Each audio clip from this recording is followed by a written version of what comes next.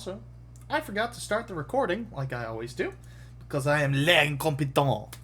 Um, but yeah, I'm not redoing the intro. I'm reacting to Citadel videos for a super secret project you'll never ever guess. Add in modern anime waifu bait with the body horror of Geiger and Cronenberg, and you've got a pretty interesting result. Although seemingly meeting every requirement to be a hit, why has the Citadel been largely overlooked? Great question. Honestly, honestly, I hate to say it because it makes me sound like a weird dude. I think it's anime racism.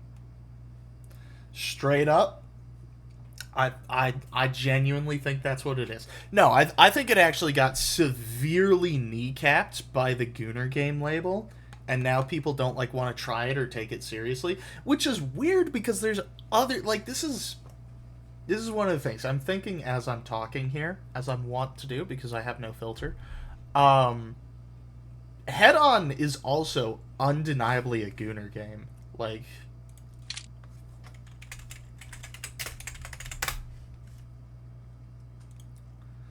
for those of you that are unfamiliar, well, no, I didn't want to open the link in a new tab. There we go. For those of you that are unfamiliar, uh, ba, ba, ba, ba, ba. This is Head On. This is people love this game. This game is critically acclaimed, right? They love Head On. Head On's great. You can't tell me this isn't a Gooner game. Like by the parochial definition as it's used, I should say, because obviously I wouldn't consider this a Gooner game. I'd consider this just like a game with fan service elements, you know? But it's a Gooner game. Muscle Mommy Space Orcs with Crystal Punk guns. Lesbian Muscle Mommy Space Orcs with Crystal Punk guns. I haven't had any Monster today, and I'm like a little retarded for it. But that's what this is. And you can't tell me that this is not also like a Gooner game. And yet it hasn't been handicapped at all. And like many such cases, and I don't know what to say other than like anime racism. But hey, that's just my opinion. Okay. Running on the Unreal Engine, incorporating all these graphics and unique sprite work in these really large maps breaks performance hard. I mean, okay, listen. I know it's like a meme and whatever, but I've seen everybody bring up like performance issues where they're like, the game's super choppy, it's super bad, and they show all this footage that I like haven't gotten. I got stuff like this when I was first playing the game on my laptop in like 2020. And the way I resolved it was going into the settings and turning down the intensity of the graphics. Like, this is a game where like everything breaks and will stay like permanently on the map. So all the gore, all the bits of bone, all the shards of glass, the exploded barrels, everything. And on as its default, as it loads up itself, it'll just keep them there for as long as possible. If your game's having a hard time, maybe try making it think less. Now, yeah, it's unoptimized, but like, then it's like, okay, well, one-man projects. Like, what do you want? You want them to work on the same game for 10 years? Even with patches alleviating most of the worst problems, the result is constant screen tearing, occasional crashes, glitches in the UI, and poor translation. One Well, yeah, he did the translation himself. Come on. possible solution for the performance hiccups is to switch from full screen to windowed, though I'm not sure if it actually helps. This is all I've never pretty tried bad stuff that. for a fast-paced FPS where death can be almost instant and you can be fighting upwards of a dozen enemies at any one time. There were also I mean, okay, so that he just showed, though, that wasn't... The game didn't get you killed. That was you playing like an idiot. I know you want to show the example of like, that's fast-paced combat or whatever, but you're also not showing fast-paced combat. Like, you were just playing badly there. I can believe you. I can absolutely believe you that the screen tearing and whatever can get you killed in this game. Don't get me fucking wrong. Okay, I have mechanical control issues with like my keyboard that can sometimes get me fucking killed in the Citadel. So I believe you, but like the B-roll that you chose to use was suboptimal, my friend. Fighting upwards of a dozen enemies at any one time. There were also allegations regarding the explicitness of the content, and yeah, this game is pretty horny. So this is something I admittedly also contributed to. The narrative around the sexuality of the Citadel is so fucking exaggerated. That's because it's like the most notable thing about it, right? When you're playing with, like, it's the advertising of the game is like, look at this hot anime girl you play as, right? And one of the things everyone talks about in their videos, including myself, I'm not guiltless here. I did it too. Is they talk about how you can look down and see your tits and you can crouch down and see the thighs. And it's like, ooh, haha, anime, horny, haha. But the problem is, I think the first few people were just kind of doing it as a meme. And then it became the narrative of the game. The game got, like, flanderized into the public consciousness to the point where they're like, oh, well, the whole game is just sex and horny and everything. But it really isn't. Like, especially the Citadel, like the first game has very little sexual elements to it. There's the menu screen where you can see the martyr's butt cheeks around her fucking vertical belt she wears, because, yeah, that's the outfit. And don't get me wrong, I'm not saying the outfit isn't horny, but, like, the most skin you see from the martyr is her thighs. Like, she doesn't even have an outfit that shows cleavage. And when you kill enemies, it's also not a whole lot of sexual elements. I think the most you get is, like, the little, like, pubic mound when you kill the suiciders. Which, it's a disembodied lower torso. And it doesn't show, like, any genitalia or anything like that. You can see it there in the top right corner. I will indicate right here. That's like the most sexual a death gets in the Citadel. And it really ain't. I don't know. Like, people talk about the game like, oh, it's so horny. It's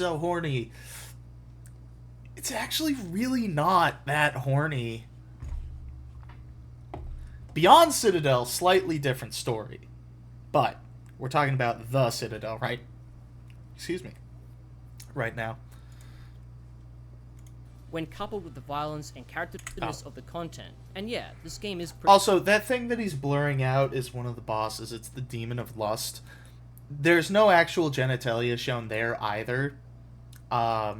It's basically two, like, twins that are connected by a bunch of hoses. Right here is, like, at the crotch.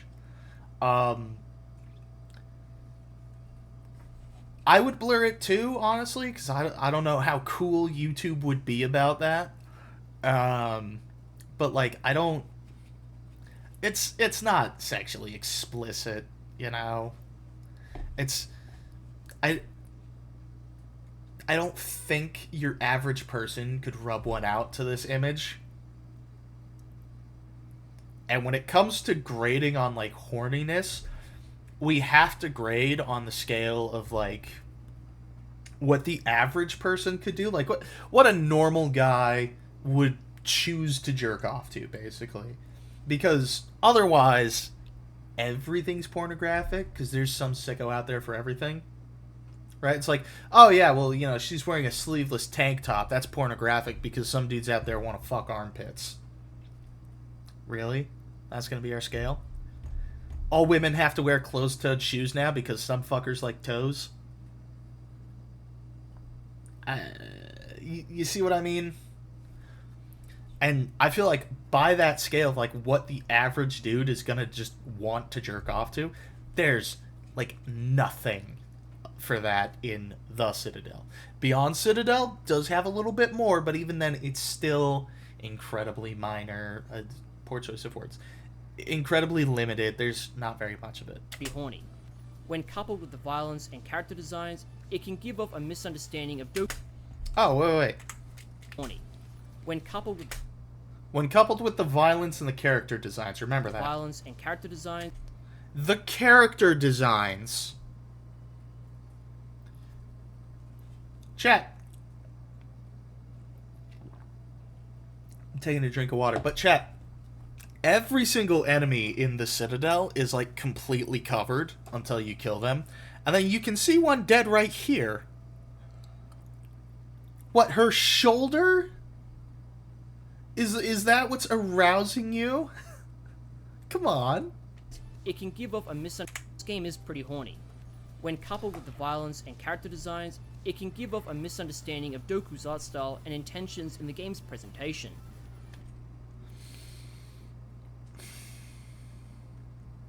Quote unquote, yes. Again, this comes back to the anime racism argument. Because all the people that are questioning his intention, they're just doing it because they can only conceptualize anime as like a horny fan service pornographic art style. In their minds, anime and hentai are exactly the same. They are interchangeable. They are synonyms. And so they see this game with big eyes, small mouth, fucking Japanese art style, where you kill these girls, and it's really gory, right? You can see it there, large intestine, liver, kidney, spine, ovaries. Is that fucking ovaries? Ew, gross. So you see that, and you go like, oh my god! This is a sicko porn game! And it's like, you're only saying that because of the anime art style. Case in point, again, Head-On, which is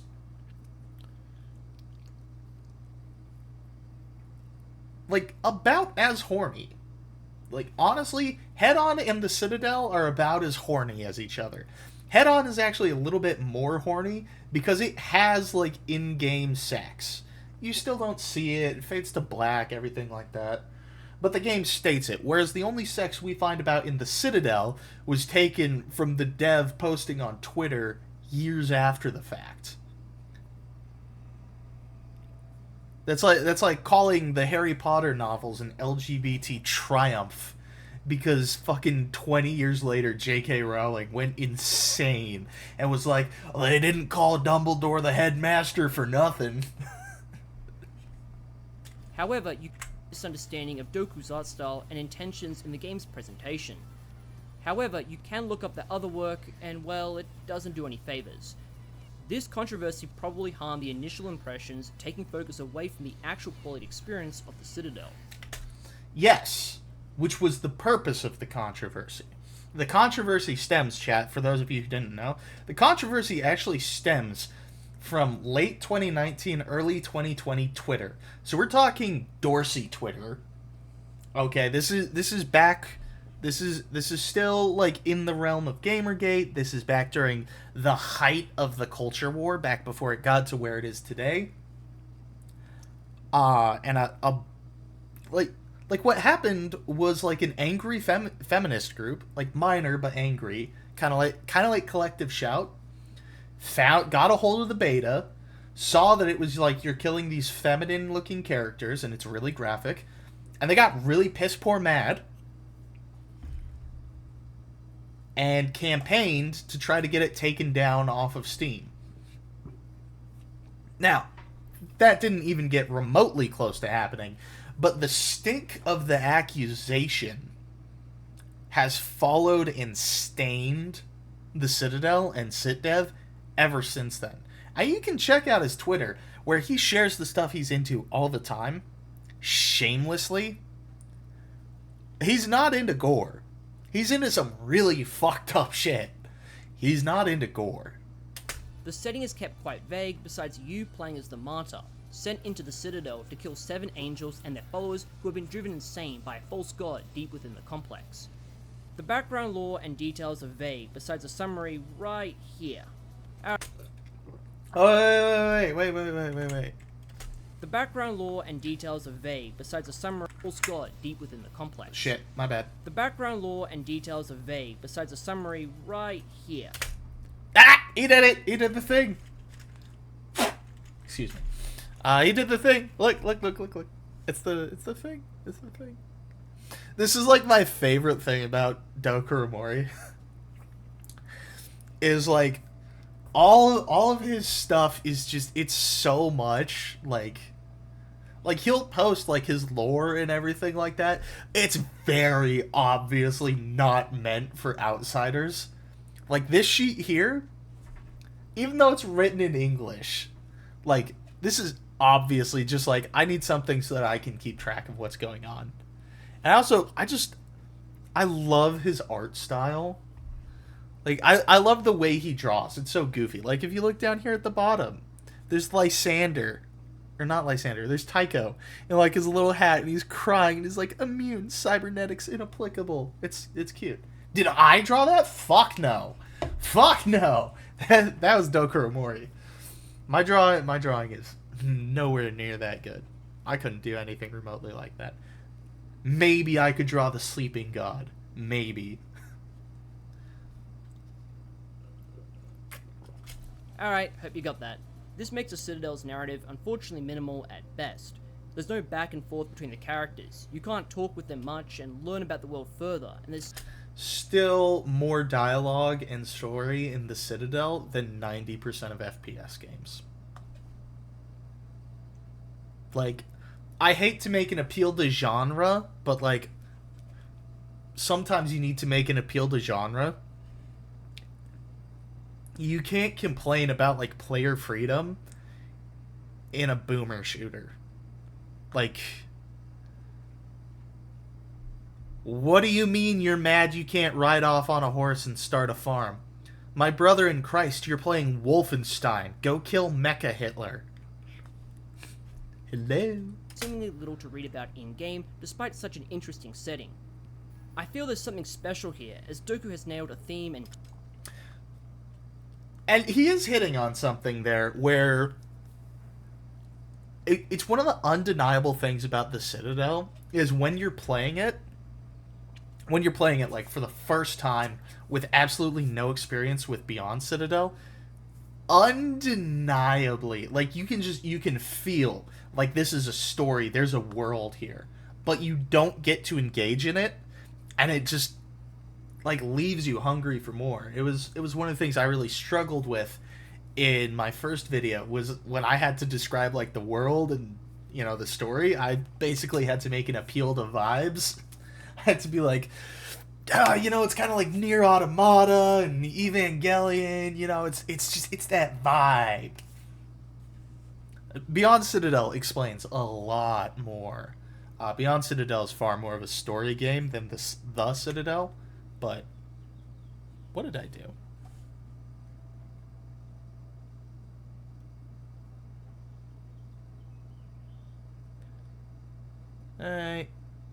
Here.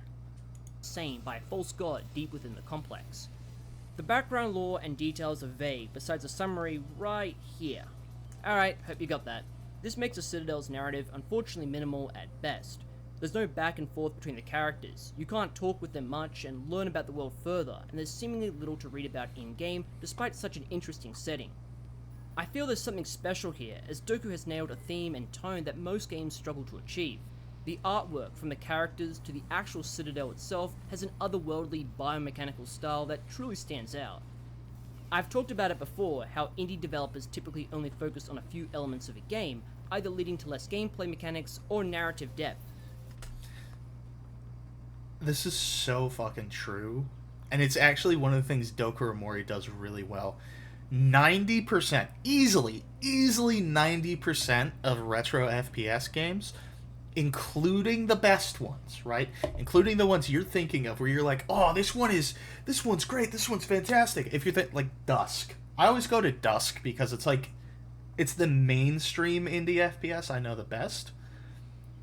Like Dusk it's a geek game.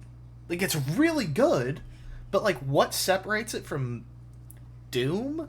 Or let's give it a better contemporary. What separates Dusk from Quake are like a few surface level gimmicks. And that's a lot of retro FPS games. Now, it's not necessarily a bad thing, but that's something that stands out about the Citadel. That's something that stands out about Head On. Head On is actually, if I had to give two specific retro FPS games, I shouldn't call them retro FPS, but two specific FPS games that I think are absolutely peers to the Citadel, it would be Project Warlock and Head On. Because they both like focus on they prioritize everything. They're made by these savant creators who understand the retro FPS genre in a really strong way. Everybody else, like most other FPS game devs, they make the FPS game revolving around the aspects that they like. So, for example, Ultra Kill revolves around precision accuracy, rote level memorization, and like the fucking side hopping speed. It's a maneuver game, right? They're games I call kickers because they're always like focused on like a kick ability. Dusk. Dusk is very much it's a Quake clone. It's really good. It's really good, but it's a Quake game. Like undeniably, the things that separate Dusk from Quake is very little, and like I said, very surface level. Citadel, Head On, and Project Warlock do a really cool thing where they masterfully understand everything about retro FPSs. Puzzles, switches, layout, mazes, enemy design, level design, all that kind of stuff. Guns. And then they implement it on top of a gimmick. The gimmick for the Citadel is basically... The gimmick for the Citadel is basically taking... blood, we'll say. Taking blood and just cranking everything up to 11. The gimmick for Project Warlock is a focus on, like, alt fires and magic abilities throughout all these different environments and having everything function differently. Project Warlock is like half an RPG. Head On is the same way. Like, Head On is, to call it a first-person shooter is almost a misnomer, because, like, yeah, you shoot stuff, but 90% of the time you spend in the game is going to feel more like playing Deus Ex than Doom. But they all do these things really, really well. And I'd have to look into Head On, because I don't know, but I know for a fact Project Warlock and the Citadel, both made by a single developer. And I think that says something. I think that's interesting. Why do these single-minded indie game developers make such just fucking heat? I don't know. Few elements of a game, either leading to less gameplay mechanics or narrative depth. The Citadel fits this, as although I wanted more from the story, the FPS gameplay and very challenging encounter... Yes, we wanted more from the story. And I'm trying to think of how to phrase this. It's good to have story expectations for a game regardless of what genre it is.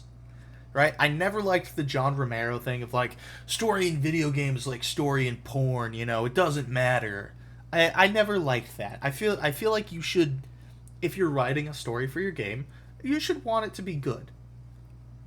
Now, that said, I'm not really going to... My priorities when I'm gauging, like, the story in a video game, like in an FPS, is less about, like, how good the story actually is. I appreciate a really good story, but that's not what matters to me. What matters is, like, does it make sense? Is it consistent? The Citadel is pretty consistent with its story. The Citadel's story is about as deep as Doom's. And that's fine. Is where it shines.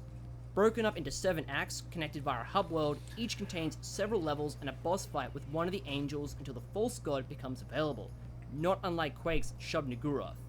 The early areas are the typical hallways and rooms, unlocked by keycards in an end-level exit hall you jump down, before the maps open up into massive expanses and towering vertical structures. Even with such large levels, it's generally very linear. There are a few puzzles outside of dealing with environmental hazards and a hefty amount of platforming in the late game. Only a couple of sections were a bit confusing as they kind of blur together with the greyish-blue texture palette used everywhere. Thankfully, these... And again, it's like, okay, how would I change that? Also, like, let me just show you a few screenshots from Doom. Like,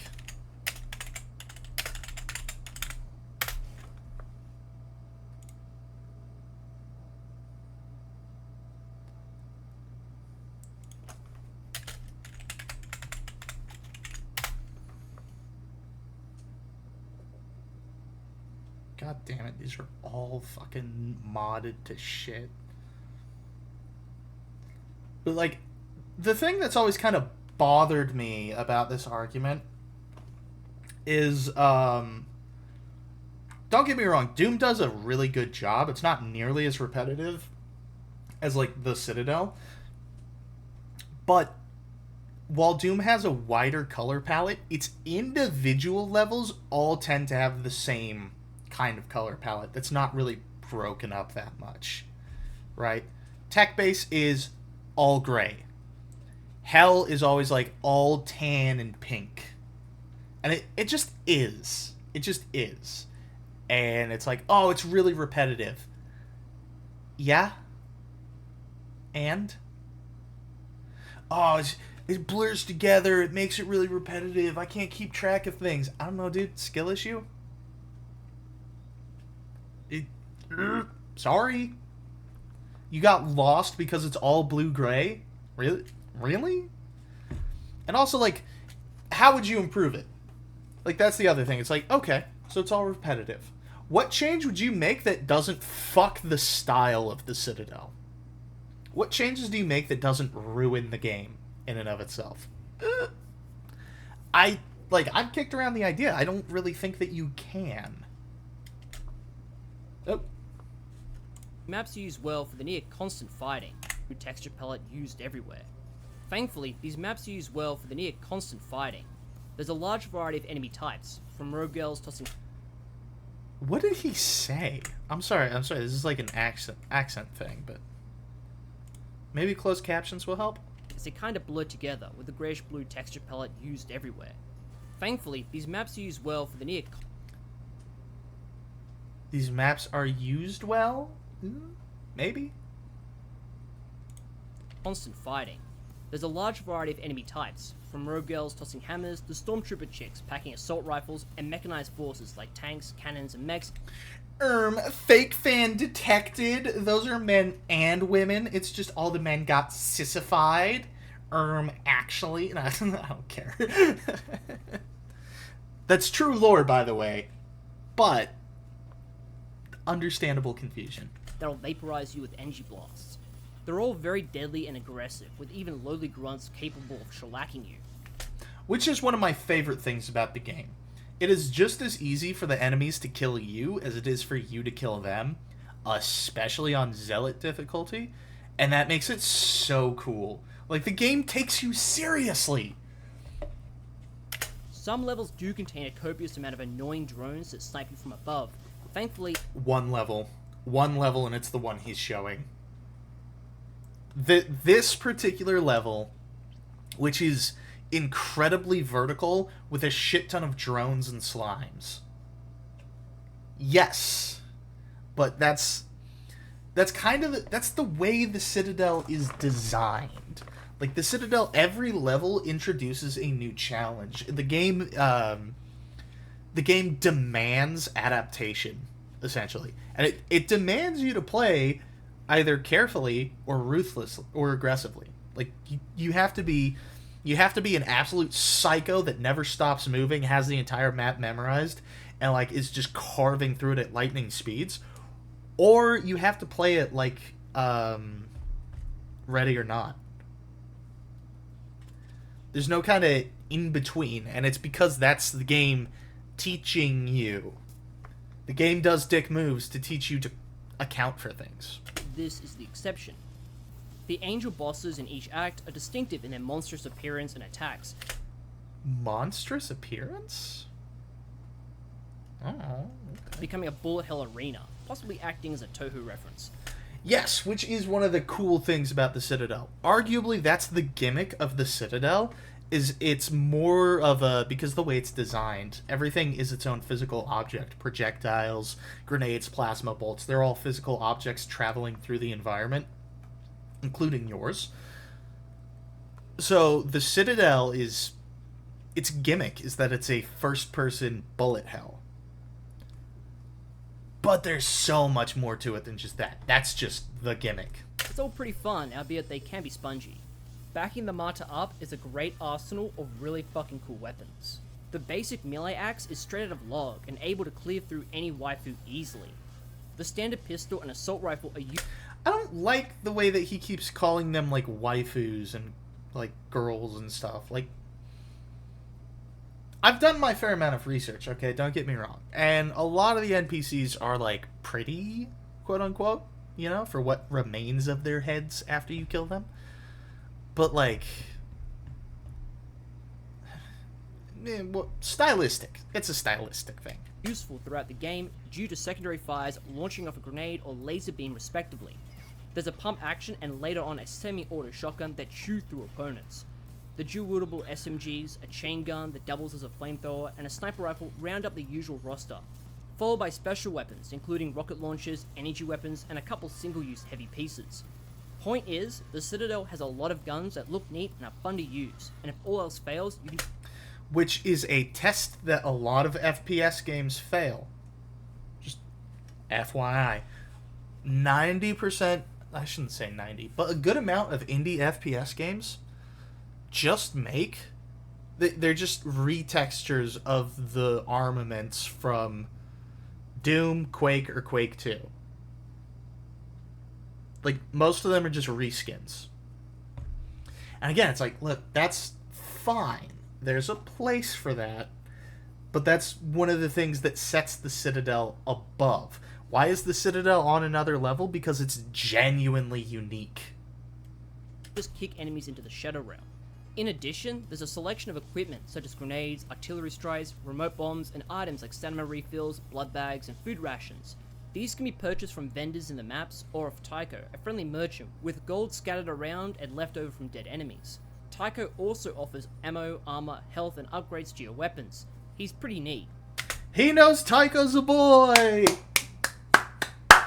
It's one of my tests. It's one of my tests, my little tourism tests. It's like, alright, does the reviewer know Tycho is actually a boy? Most of them do. It's not really a test, but it's funny when it happens, when they're like, oh yeah, there's this cute girl who's like a merchant you can buy stuff from. It's like, no. It's actually too easy to stock up, as you can sell excess gear, making treasure hunting a bit moot. There are also Why would you sell excess gear? sections where you can pilot a mech, and it's pretty fucking keno. Again, another thing. Mech combat. Like, this is things that just no other FPS game gives you. And it treats it like a mech. Controlling the Martyr is fairly smooth. You run fast and have to be careful when jumping, as you can easily fling yourself. Yeah. Martyr controls like a fucking missile. Controlling the Martyr is fairly smooth. You run fast and have to be careful when jumping, as you can easily fling yourself across the map. And there's a few post-boss and hidden level upgrades. The hidden level upgrades are so broken, and the best part is, they fucking stack through New Game Plus. I shouldn't. I should let him say. Give minor ability boosts. I do appreciate Doku's inclusion of body awareness. Really adds to the immersion. Disappointing. Okay, we laugh. We laugh about the body immersion. Like, oh, you can look down and see your tits. But it's like, I had a friend, Arna, actually, who was streaming the game and having a really hard time. And genuinely, like, the best advice when playing the Citadel is, like, the martyr is an actual physical being in this world. Like, her body exists there, and you need to be aware of it in order to, like, stay alive. And it's a really cool thing about it. A lot of FPS games, your body is basically like just the camera with like a little hitbox. The Citadel ain't like that, and it's cool. Finally, the enemies don't show off much dexterity, preferring instead to shamble towards you or stay put and plug away, allowing you to... Yes, that is true. The enemies are not very dexterous. You know where else the enemies aren't very dexterous? Doom. I shouldn't reference like these 30-plus-year-old games, but like, we're talking about classics and sacred cows. Like, this is stuff that I think is just like staples of the genre, almost. sidestep their attacks or kite them from a distance. Unlike other boomer shooters, the Citadel goes beyond obscure references and Easter eggs to ancient franchises by adding in a few mechanical quirks that stand it out. Your character is a glass cannon that can scramble through the maps easily and wield all these guns, yet can die very quickly and has a small health pool on normal. Unless you buy the best armor, you can't tank enemy hits like you would elsewhere. Dying either sends you back to the level start or a pattern buffer if you picked up extra lives. If there is a pattern buffer on the level. It's one of the things that makes the Citadel such a challenge. And it's a learning curve. Like, a lot of people get filtered by just having to restart levels over bullshit. I was like, I totally get that. I've had to take breaks from the game. But, you know. Alongside that, you can lean around corners, there's bullet drop, combat and speed reloading, adjustable recoil feedback, enemy detection, and firearm jamming. Which is just incredible! Incredible for an FPS game. I'm Citadev's strongest warrior, okay? Goku's even crammed in bullet time when ODing on O2 canisters. Very cool and very useful. Much of the combat system feels derived from Brutal Doom and similar mods, giving combat more flavor and replay value. You'll face dozens, if not hundreds of enemies every stage, and their placement and various mechanics means firefights don't play out the same every time. Yes, because that is how Citdev overcame their lack of dexterity and, like, general intelligence, is just putting a shit ton of them in there and putting them everywhere. Like, round a corner without thinking, and you're gonna get turned into fucking paste. You're forced to quickly adapt in each situation, retaining an interesting combat dynamic till the very end. Admittedly, the late game does become quite simple, as you've got tons of gold to stock up on the best weapons and armor. Yes, but then what late game doesn't become simple? I know it's whataboutism, and I know we should expect better, but one of the things I struggle with, I wrestle with this idea, is like, okay, so how do we keep it going fresh? Well, we obviously should just keep introducing new enemies and new weapons and new mechanics. Okay, that's cool and everything, until you give me a gun that I get to use for one level, and maybe it's a really fucking cool gun. But I only get to use it once. Well, that sucks. That's bullshit. So I do kind of prefer that a game get a little repetitive, like halfway to 3/4 of the way through, so that I get some time to just be a master of the game. And grenade spamming in every room. Though it's definitely fun being able to rip and tear through these stages, and the final fight is appropriately tough. In the aftermath of each battle, you'll quickly realize that the Citadel is not fucking around with its score, and yeah, it's a bit excessive, methinks. Bitch. I'm not sure if it's like being subversive with the whole angle of anime waifus getting apt. It is. I can give you a direct quote. Each gamer, Citadel interview.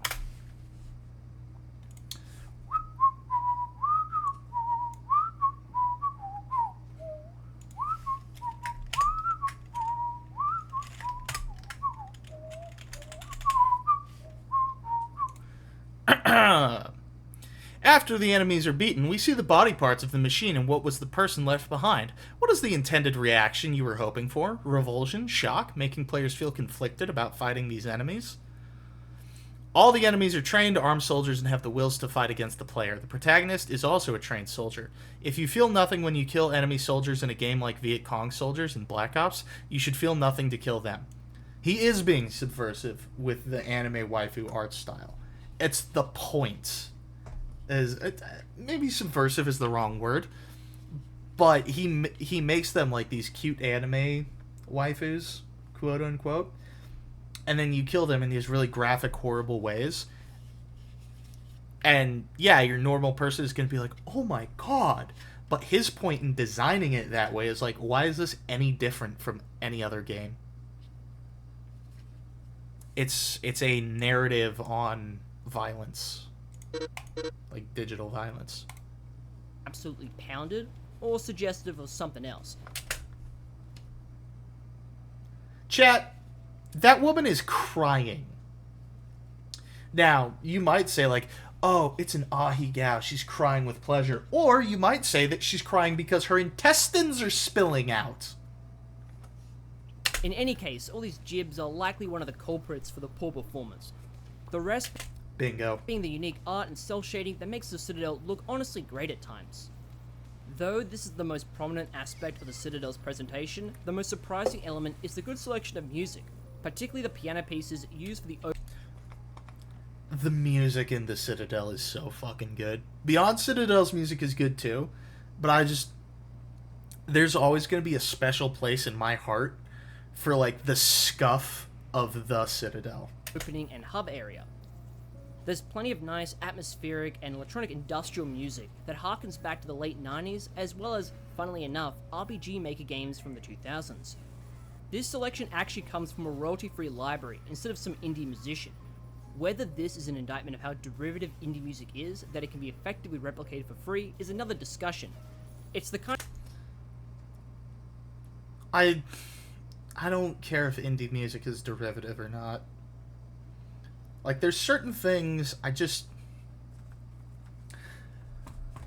one of the things you have to be mindful of when you're critiquing an indie game is there is a slight amount of kid glovery that needs to be applied. Now,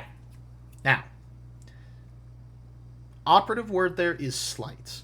We're not just giving them a bunch of free passes, but if a indie game made by a team of between 1 and 3 people is using like asset flips and like royalty-free music and sound bites and stuff like that, that is less egregious than if a AAA project does it. The reason being, when the indie project does it, it's probably safe to assume the indie devs are a little strapped for cash. Whereas when a AAA project does it, they're cutting cost. You know, it's different. And then, beyond Citadel, he did have a composer, Mothman47, whose music we were listening to before the stream, who is a fan of the game. So, it gets better with iteration. But, like, this is kind of the thing with indie games. of stuff that would fit well with more story effectively replicated for free is another discussion. It's the kind of stuff that would fit well with more story-heavy moments.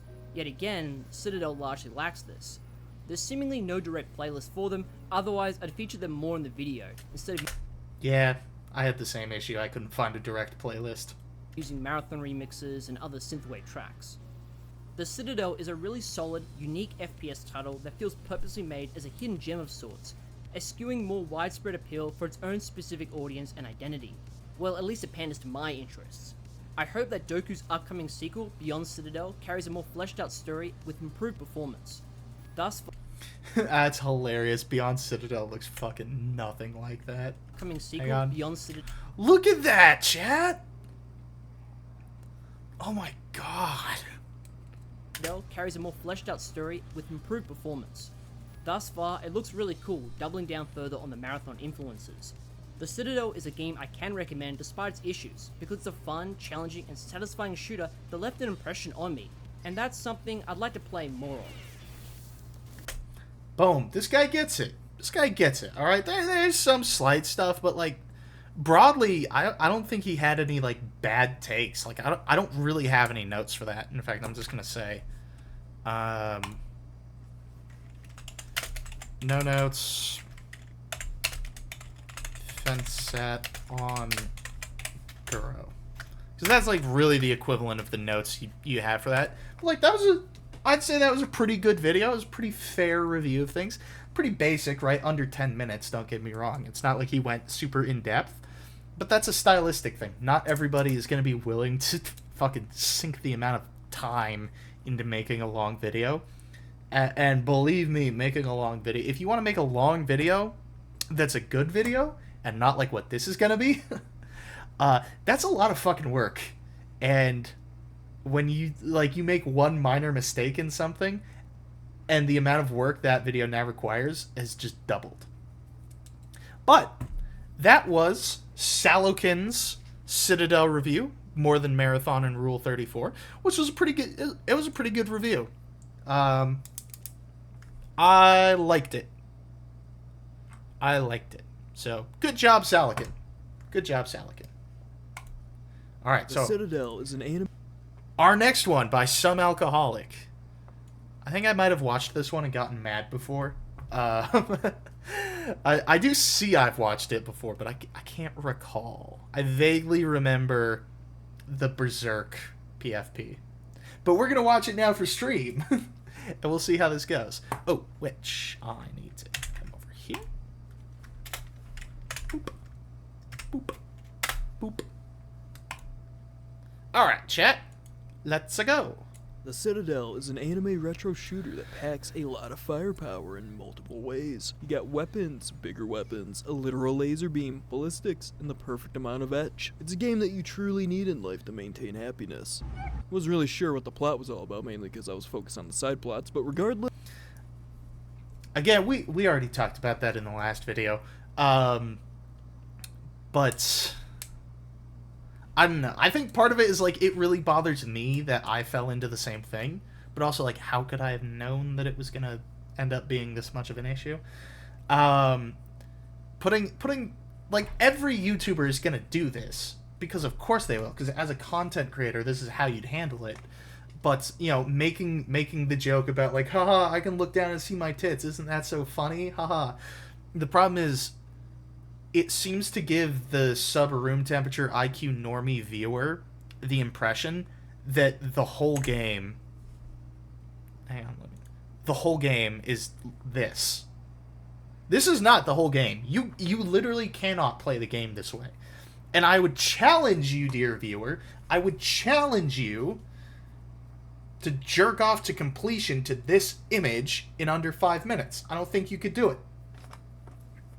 Focus on the side plots, but regardless, there are robotic anime girls, or cyborg anime girls, I don't Bingo, this isn't a woman based.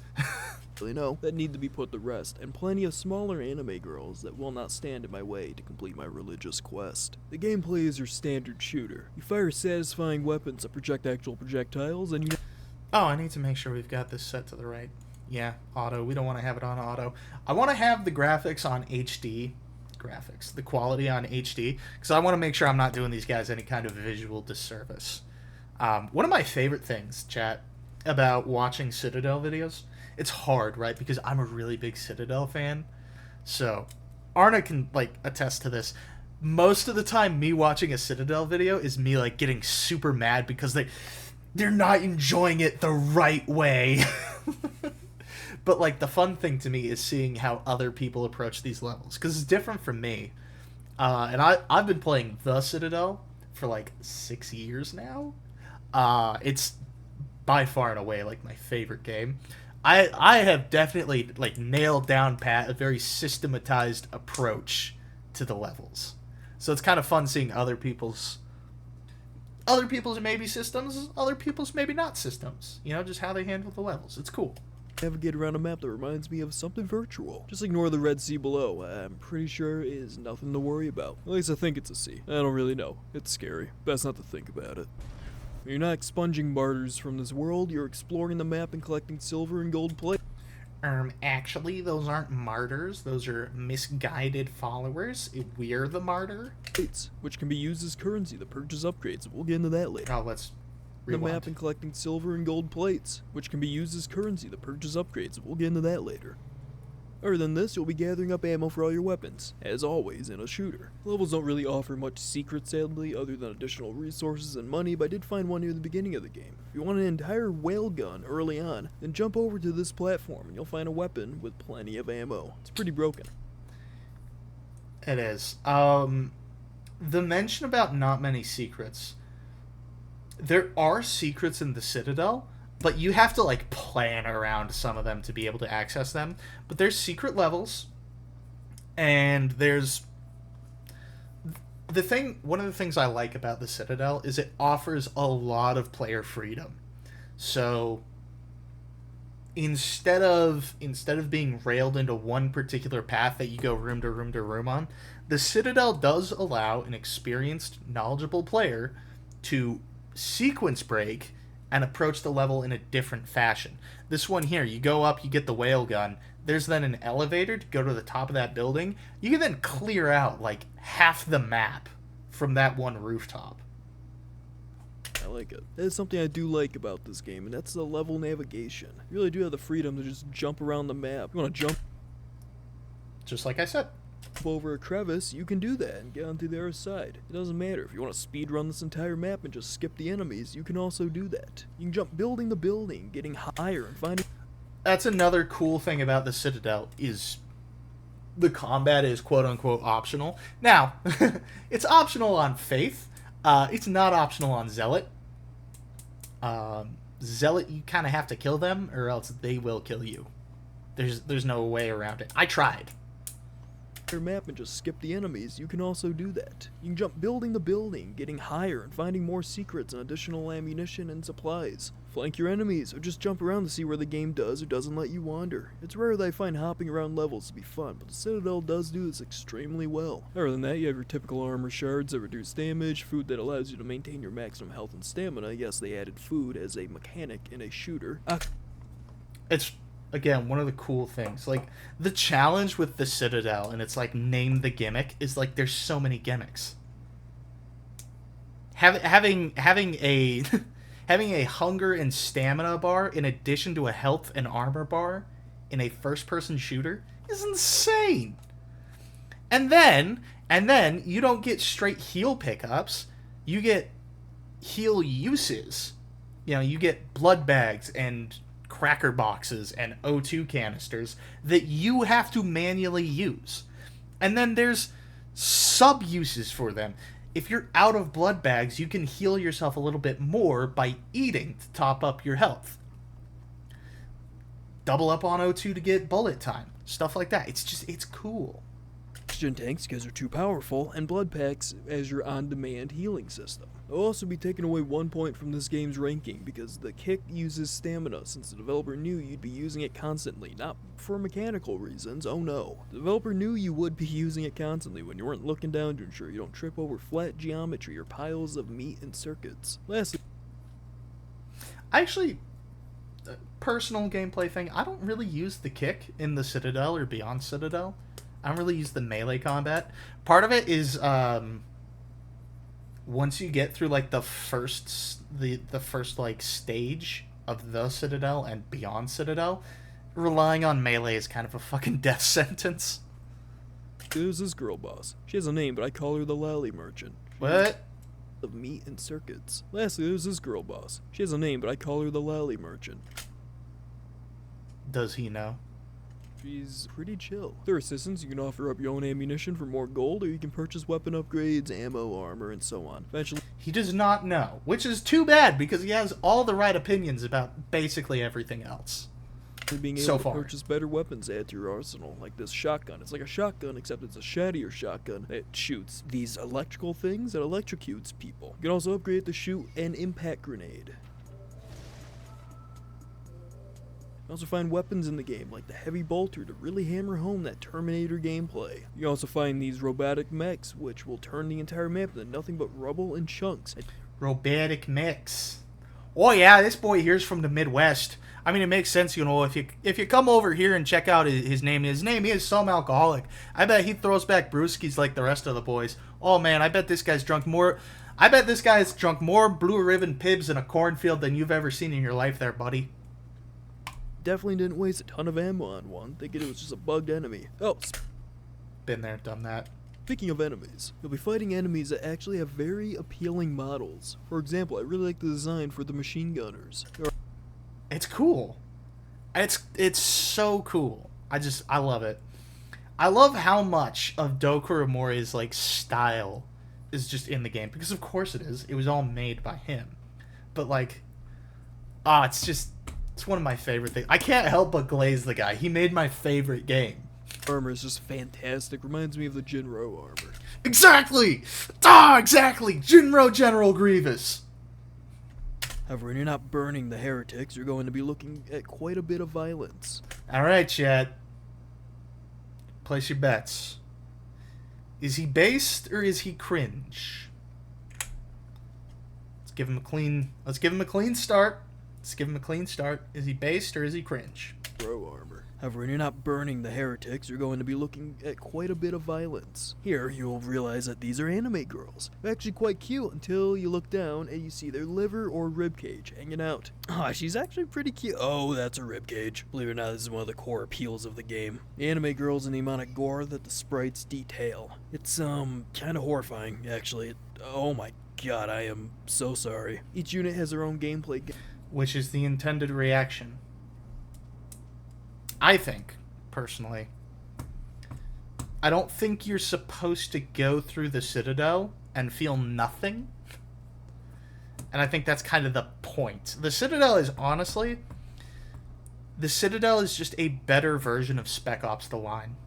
Gimmick or model. For example, you'll be fighting these more resilient drones, mech suits, various heavy armor, as well as plenty of anime girls. Again, I liked the machine gunners, but also these heavy units that have these flamethrowers, which ironically die just as fast when you spray them with your own flamethrower. Actually, no. I've never tried that. I always laser the flamers. I think about it, I think you're boiling them inside their own suits. Oh my god. You'll fight these queens with shotguns, these priest girls, and these robed foes that will either throw what I think are bottles at you, or just blow up because... Just want to say, what I think are bottles at you. Accurate name. As their god said so, I guess. After fighting through set groups of pure anime, you'll fight bosses. They're often these bullet hells. I will say, I don't think this guy paid too much attention to the story, which is fine. You know, you don't have to, but... Throw what I think are bottles at you, or just blow up because their god said so, I guess. Because they don't actually even have, like, any control over their bodies. The Enlightened don't have any autonomy, any agency. After fighting through set groups of pure anime, you'll fight bosses. They're often these bullet hells where you'll just need to fire enough rounds into them while...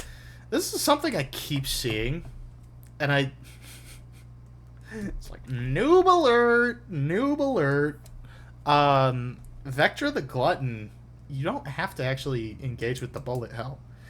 Vectra is the only boss where the elevator doesn't have an invisible wall at the top, and you can just sit up there and fucking take him out without her being able to hit you. It's cool. Dodging their projectiles in order to defeat them. First boss is a giant brain, and after defeating the huge brain, you get to face off against an anime cyborg girl that's actually just sad and kind of accepts her fate, letting you... Yeah. An anime cyborg girl that's actually just sad and kind of accepts her fate, letting you... I feel really bad. Am I the monster? Another favorite of mine is... Chat, I've been analyzing the story of the Citadel for like an upcoming project.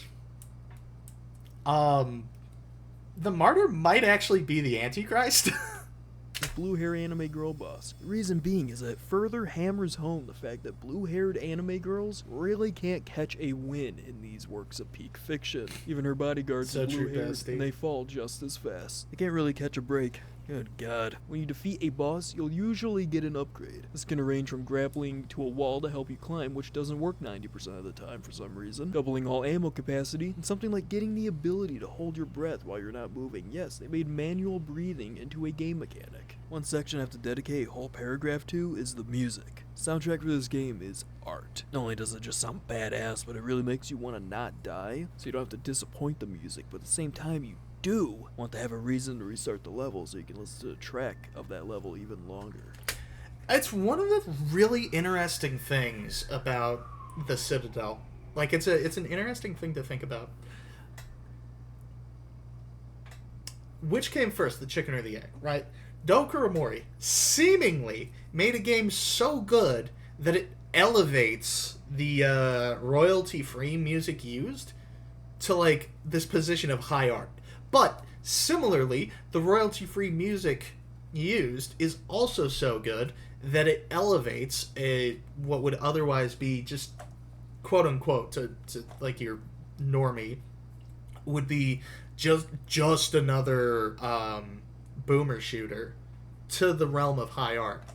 They like, hand in hand, create this excellent atmosphere. It's great. I love it. Seriously though, I can't stress enough just how good the music in this game is. Honestly love it. Really love it.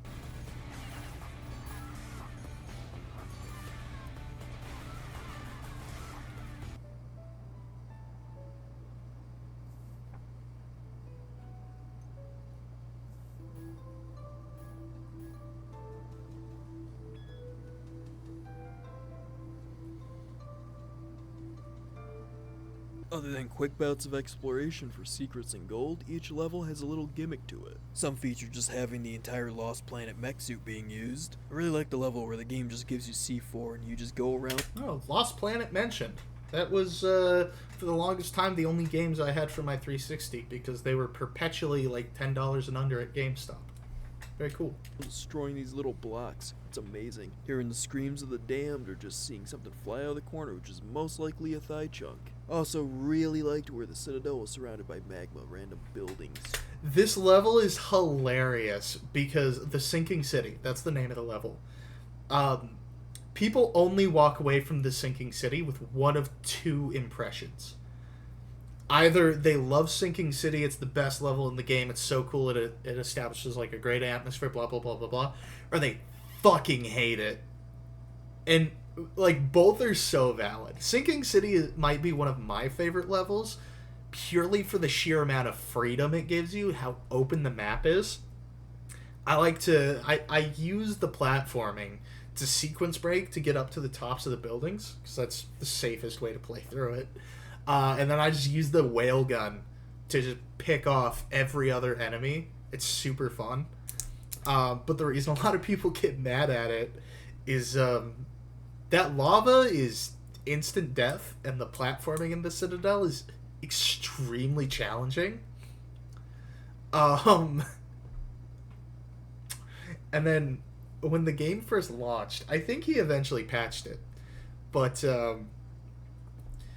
the game would actually crash when you fell into the lava, which became like a huge fucking filter, because the game crashes, you have to restart completely. So, understandable filter, but one of my favorite levels. Just hanging off. Also really liked where the Citadel was surrounded by magma, random buildings just hanging off in the distance. This, along with the soundtrack for the level, really reinforces a more melancholic feel.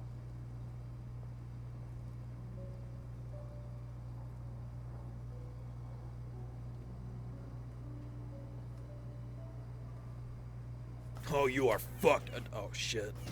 I also really like double jumping around. It's another gimmick, but I like gimmicks in my game personally. This is the only way. Gimmicks are good. They're what separates these things from the classics. It's what makes them not derivative. Personally, I'm able to recall or identify which section of the game I'm in, because it's hard to tell when you don't have outstanding art pieces or assets that aren't these green, bluish walls. However, I'll admit, everybody complains about the walls, and I just... it bothers me. I don't think it's that big of a deal. Am I just autistic? Am I just autistic, or like, are these people all insane? Like, everybody fucking complains about the environment design with like the gray-blue walls and whatever. I think it's great. That's the atmosphere. That's the style. Okay, I shouldn't say I think it's great, but that's the atmosphere. That's the style the dev decided on. You know, like, he didn't. Just it's part of the game, bro. If you don't like it, play fucking something else. That when levels do feature art assets that really stand out, it actually makes it more memorable, and I like it. Seriously, they save all this for the end of the. Keep saying they. It's he. This is made by one guy. Why do I keep saying they? Lastly, I'll cover the weapons. Again, you can purchase upgrades for them, which will most likely lead to additional fire rates or just more damage and some other bonuses. However, each weapon on its own is fun to use. However, I think when you get to Act 4. Most of them start to become obsolete. Not because they're useless or anything, no. No, it's because there are just better alternatives. For example, if you've been paying attention with most of my gameplay, you would notice that it features a chain gun. And yes, this right here is a chain gun. It just happens to also have a secondary fire, which is a flamethrower. The weapon is completely broken, and the game knows it. Not only does it pack a punch, but it also has a fast fire rate and a faster fire rate. Because 200... Personally, I don't really like the chain gun that much. It's a great gun, don't get me wrong, but I prefer the auto rifle. rounds per second apparently isn't fast enough. The weapon's secondary fire is of course my favorite. Why? Because I mean it's a flamethrower, like come on. It doesn't damage you and everyone in the room will just be reduced to charred flesh. It literally felt like I was cheating as I ran into multiple rooms aggroing every enemy just to be suddenly left alone within 5 seconds. You can also get the ability to have the belt be infinite so you don't have to reload it because of course you can. It is easily the second most broken gun in the game, and I say second because this is the first most broken gun in the game. Yeah, you can even find the Redeemer. Yeah. and special weapon. And I say second because this is the first most broken gun in the game. Yeah, you can even find special weapons in specific levels. My favorite, as I told you, it kind of scares me, I'm not gonna lie. What's with those doors? I don't think I've ever seen those doors before. Hang on. Favorite, as I told you, it kind of scares me. Look at that, down at the end of the hall. It's either explicit to like a singular secret level that I just don't remember, or that's like a mod. Yeah, I'm not gonna lie. Oh god, what have I done? This is honestly making me feel Turned him into a pillar of salt. Negative towards my existence. God is angry, and he will have his revenge. Jokes aside, I thoroughly enjoyed this game. I'd show you more, but I don't really want to spoil any of it. I won't spoil how bizarre. And that was like the challenge I ran into. It's like I wanted to gush about the game, but I didn't want to spoil it. I'm gonna fucking spoil it in the next project, but... Or the game gets near the end. Overall, I do recommend the Citadel. It definitely is a game that's worth your time since the sequel is most likely releasing this year or next. Hell, the game even has me so intrigued I'm still trying to figure out the narrative or just the meaning behind it all. It's really interesting. I mean, just the idea that you're fighting anime girls wearing Jinro armor, featuring guns, religion, and whatever eldritch abominations these are. It's all... Those are called embryos, dude. very appealing to me personally, and I think you should really check it out just for the art style alone. It also helps that the game's fun, but yeah, you know, that should be a given considering it's a shooter. As for the story, I haven't really found much, and neither have I been able to come to my own conclusions, but That's because... Chat. So much of the story of the Citadel is just drawn out of fucking tweets and Discord posts. You have no fucking idea.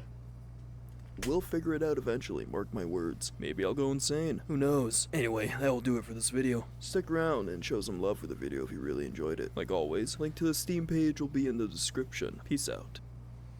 Wait.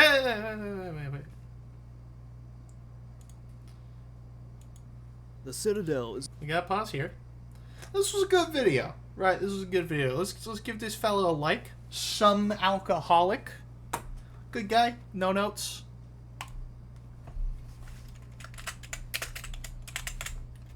No notes. I'd say he dodged the gore, pretty much. Chat, I am going to be... Gosh. What the fuck? Chat, I'm going to be right back, though. I have to go potty. Okay, and we're back. Sorry about that. Chat, I could really go for like some lemon bread or some brownies right now. That'd be great. Alright. So, next we're going to come over to this one. This one, you might have noticed, not very far through. Also, you may have seen previously, I already had a dislike on it. I didn't like this guy's video. I did not like this guy's video. So, I expect we're going to have a lot of notes. Pause, Control C. But, who knows? Maybe I'm just crazy, chat. Maybe I'm just crazy. Maybe, you know.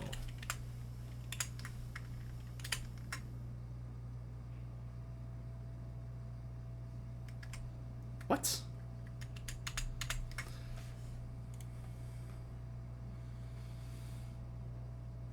Where's the share button?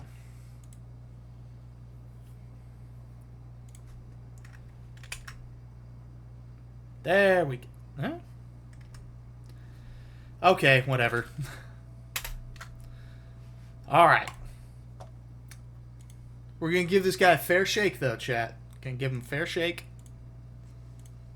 We want to make sure we're being good boys. We want to be nice.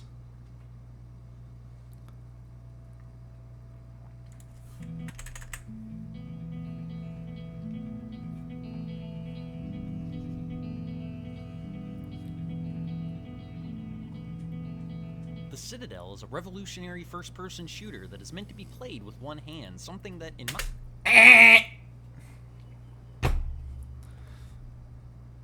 15 seconds in, chat.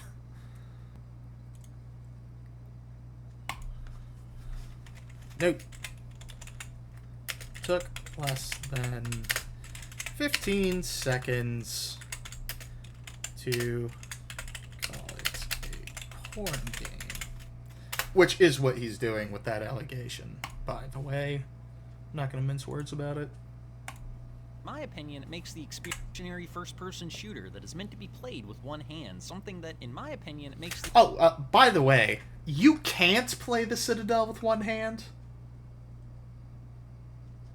Like, just cannot? I'm pretty sure... I should try, honestly. Like, that might be a stream. That might be a stream where we just fucking try to play this game one-handed and see how well we do. I bet it goes horribly. It is gamepad compatible. experience quite disturbing. Ladies and gentlemen, we have right something that, in my opinion, makes the experience quite disturbing. All right, so 17 seconds makes the experience, quote, quite disturbing.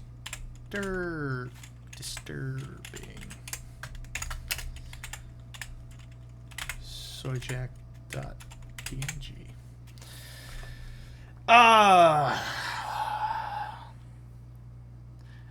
Already, chat, you gotta understand, not even 30 seconds in, we're making assertions about artistic intent.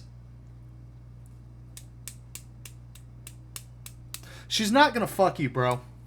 That's all I'm gonna say. Ladies and gentlemen, we have in hand something that, in my opinion, makes the experience quite disturbing. Ladies and gentlemen, we have right here the first entry in a new genre of video game that threatens to take the world by storm with its strange mix of hyper-violent action and niche internet fetishes. With its strange mix of hyper-violent action and niche internet fetishes. So this is the image the other guy blurred out. I'm gonna move on because I don't know how cool Twitch is, but My like, wonderful audience, I present you with the first Gooner shooter. fucking piece of shit. This is why it's disliked. 32 seconds. That's, and by the way, look at this click-through rate. Most people are just like, oh, this guy's just some fucking some fucking loser, some porn addict that can only see sexuality through the lens of pornography and through nothing else. Like a narrow-minded slug. I'm sorry. I didn't mean to call you a narrow-minded slug. I did mean to call you a porn addict. I do mean to call you narrow-minded, but calling you a slug is beneath me.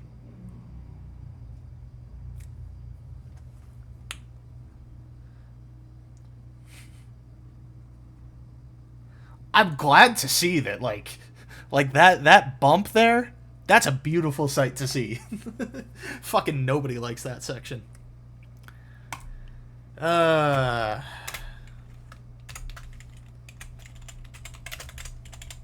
shooter. I also have to be careful with my notes and not put things that are going to get me in trouble. Developed by my wonderful audience, I present you with the first Gunner shooter. Developed by a lone man with a love for the shooter classics and a fascination with seeing anime women getting eviscerated. Again, we're making a lot of we're making a lot of assertions about the creator that you really don't have the evidence for. I think it would be better, honestly, if I just mark off where he stops talking about it, but I'm not going to. Say 38 seconds. Still. No, there's no A in still. Still. There's no D in still. Jesus Christ. Still making baseless assertions about Doi's sexual preferences. This is the thing. Like, this is genuinely fucking slander. I shouldn't say genuinely. But, like, he hasn't said he has said fuck all about the game up until this point, other than, this is a porn game and it's really sick and disturbing.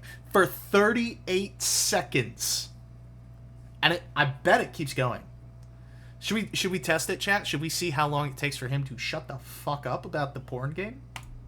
What turned out to be one man's wish fulfillment actually also happens to be a pretty good game and definitely a unique, if grotesque, take on one of gaming's most popular genres. That's what this video is about, so get ready, because we're gonna ascend all the way to the top of...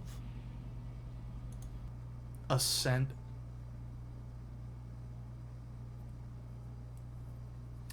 So, this is definitely me just being oversensitive. Because he's already primed me against him.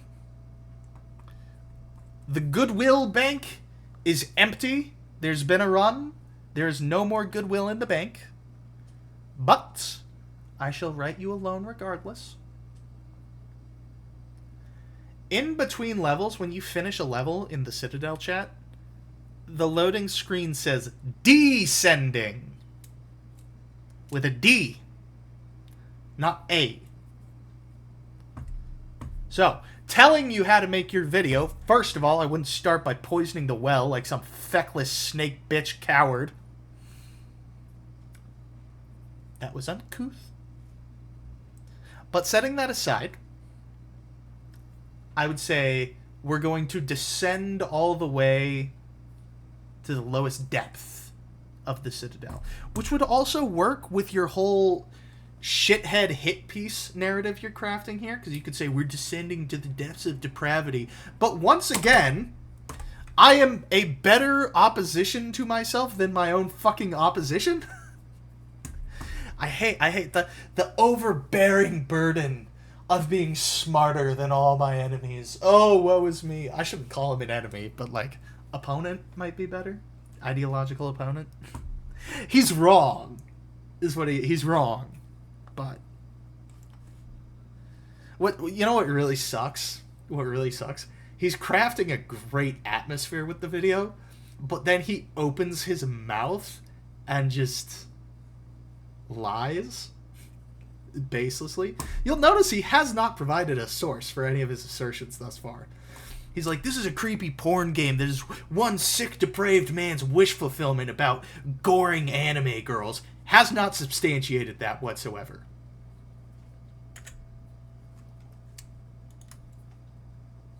Yep. We're gonna ascend all the way to the top of.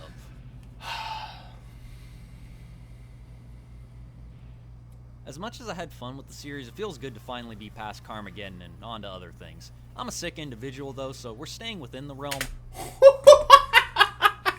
I'm a sick individual, said the word I can't say on Twitch, who's moralizing for the past minute and 5 seconds about gore without providing any evidence. I'm a sick individual. That's going in my notes.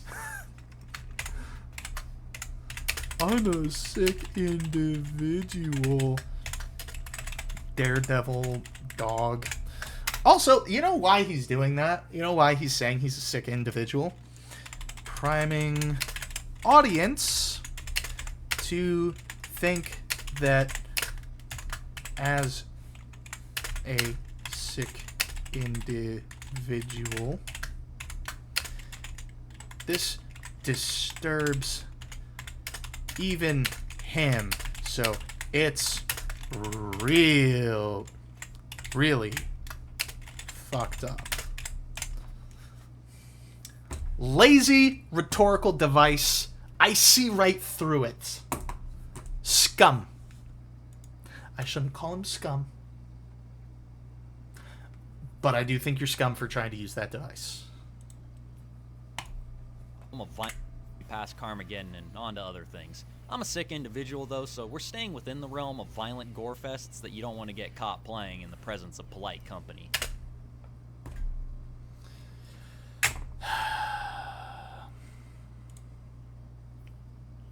I'm not going to write that down. I am, actually. Quote, violent gore fest you don't want to be caught playing in polite company.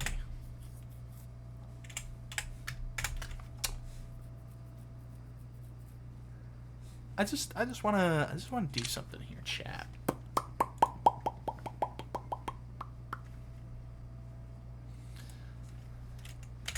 Best of Doom. There's no.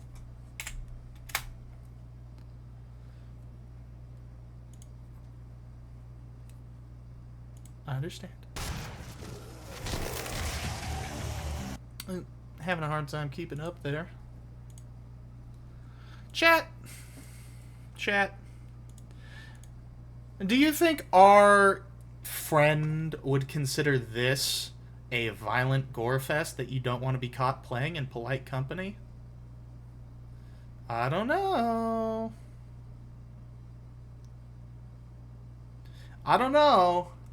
This is totally fine. This is not at all someone's sick, depraved fetish. Unlike the Citadel. Oh, no. These are completely different. I know it's hard to tell because the frame rate is fucking dog shit. It's abysmal dog shit. But that... You can play that in polite company without being ashamed. I'm not at all worried about this. I'm a sick individual, but the Citadel is really messed up. Not like Doom. Oh no, these are completely different. You don't understand. The Citadel is obviously made to be played one-handed because the protagonist is wearing thigh highs. That means you're supposed to jerk off to it. Remember, chat, if you see anyone in thigh highs, it means you're supposed to be jerking your cock. Like, I know to you good people, you dear wonderful good people, like, this is obviously insane, dumb, retarded bullshit. But I feel the need to point out, nobody really complained about Doom 2016. Okay?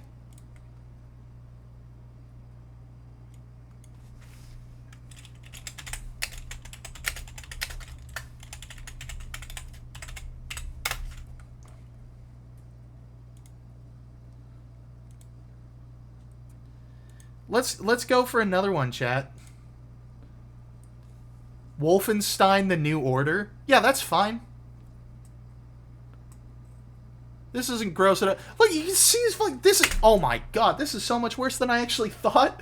This is literally the Citadel. You blew his head off, and now he's got a gory red stump with his spinal column sticking out of it. What's the difference? One's a Nazi, one's an anime girl. Get over yourself.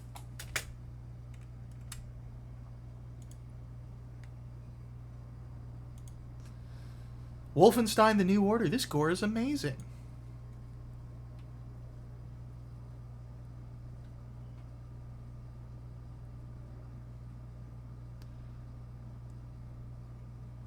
What is this clip?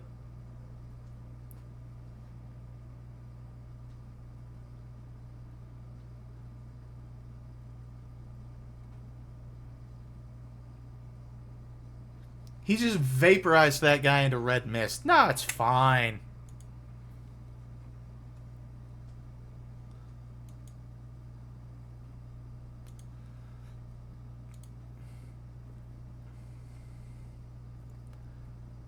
Hatchet to the knee and to the neck in first person, Ultra HD, whatever. That's fine. It's fine.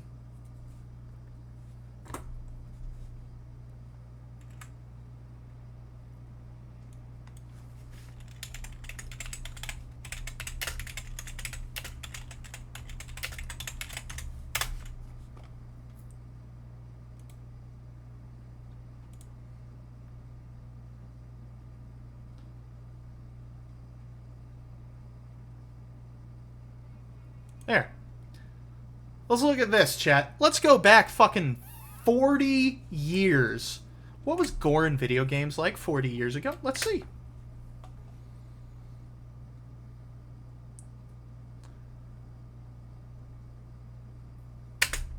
Really? That's not sick and twisted? That's not some weird freak's gore fetish? You disingenuous rats?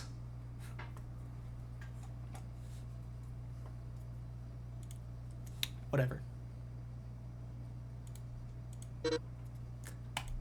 Alright. Back to the lies and slander. Within the realm of violent gore fests that you don't want to get caught playing in the presence of polite company. That goes doubly for the Citadel, a unique first-person shooter that is this strange melting pot of different styles and sources of inspiration. The gunplay and movement of more modern-style boomer shooters, combined with the graphical style of the old classics from the 90s, mixed in with the visual aesthetic that looks like something out of an $8 anime from the 80s and some other disparate gameplay mechanics that are pulled from other genres. It's probably... Do you notice how hard he's trying to refer to everything in like this reductive, disparaging way? He's using the words like, oh, this is taken from, this is taken from, this is taken from. It's a strange blend. He makes it sound like there's absolutely nothing fucking original to it whatsoever. It's just like, you're such a disingenuous rat fuck, and I see you for what you are. Anime from the 80s and some other disparate gameplay mechanics that are pulled from other genres. It's probably already obvious just from the footage, but the Citadel is a weird game. How? It's probably already obvious, but the Citadel's a weird game. Evidence, please. What? Because it's gory? Because it's gory and it's anime? That's it? That's it. By the way, that is literally it. The Citadel's great sin is to be as gory as Forgive Me, Father, but just drawn anime. You want to see a game that would really fuck these people up, chat?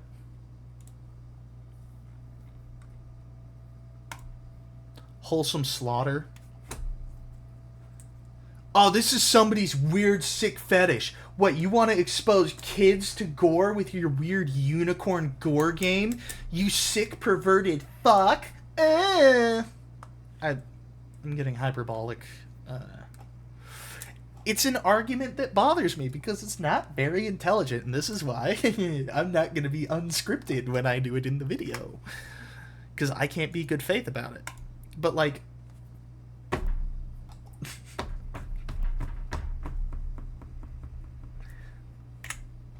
other genres. It's probably already obvious just from the footage, but the Citadel is a weird game. No, substantiate it, you fuck. Substantiate your accusation. We celebrate weird games on this channel though, so I take that as a selling point. No, you don't. You haven't shut up about how weird and sick and gross and perverted this is. Again, we're closing in on 2 minutes in. He took barely a digression to talk about the styles in the most reductive way possible to then go back to the core. Also, that death animation on screen look a little familiar to what happened to the one Nazi soldier in Wolfenstein. For some backstory, this game came out in 2020, about 2 years after the release of Dusk. This was one of the earlier entries in the current revival of the old ways of shooters. It was developed... Yeah, it came out 2 years after Dusk, but... do you really mean to... Again, he's crafting a fucking narrative, this rat, where he's trying to portray the Citadel as on the same level as, like, Bloodfest and all those other derivative boomer shooters that came out in the midst of the revival. It's not! He was working on this when Dusk came out. You can't honestly play this and just be like, oh, this is just a lazy attempt to cash in. Really? One man made this game and you're calling them lazy and cynical? Hey, here's a word for you. Retarded. by a single dude and pretty quickly gained attention for its solid design, satisfying gunplay, high difficulty, unique atmosphere, and Coomer bait main character. Coomer bait main character. It's just...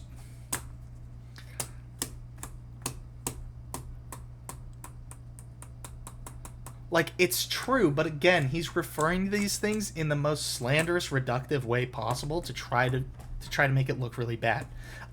I can use... You want...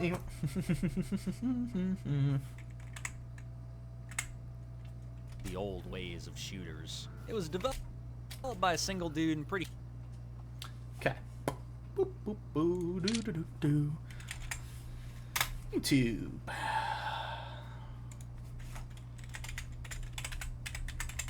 Tomb Raider. Trailer.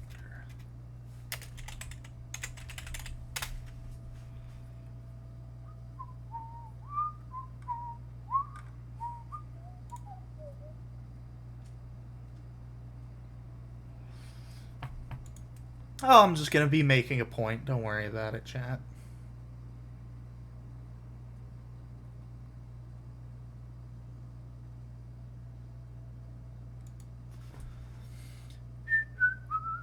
quickly in the current revival of the old ways of shooters. It was developed by a single dude and pretty quickly gained attention for its solid design, satisfying gunplay, high difficulty, unique atmosphere, and Coomer bait main character. Like many entries in the genre, it's since attained a fairly enthusiastic cult following. I've owned this game since shortly after it was released, but I didn't actually ever get around to playing it until...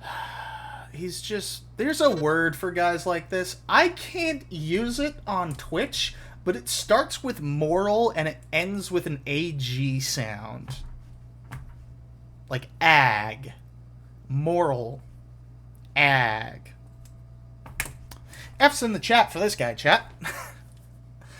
But yeah, that's what he's doing, is he's just moralizing. Look at what a good person I am. I'm such a good guy. Look at me. Oh my gosh. This is so grotesque, guys. Wow.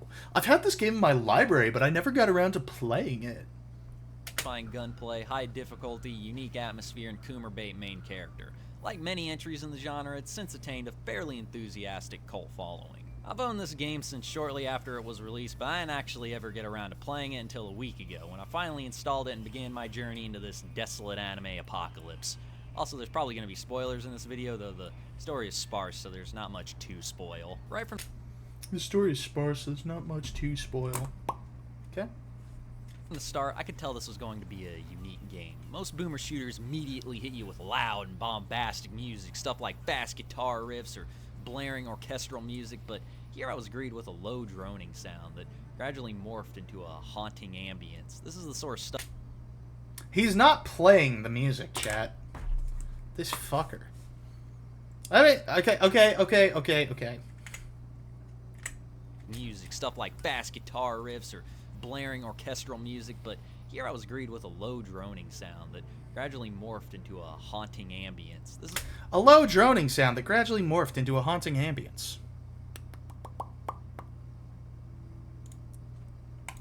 Let's test that theory, shall we? Because I know he's full of shit. I know he's fucking lying. I know because I used the menu music for my video.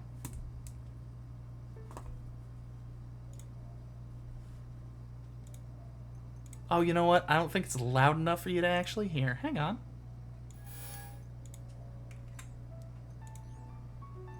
No.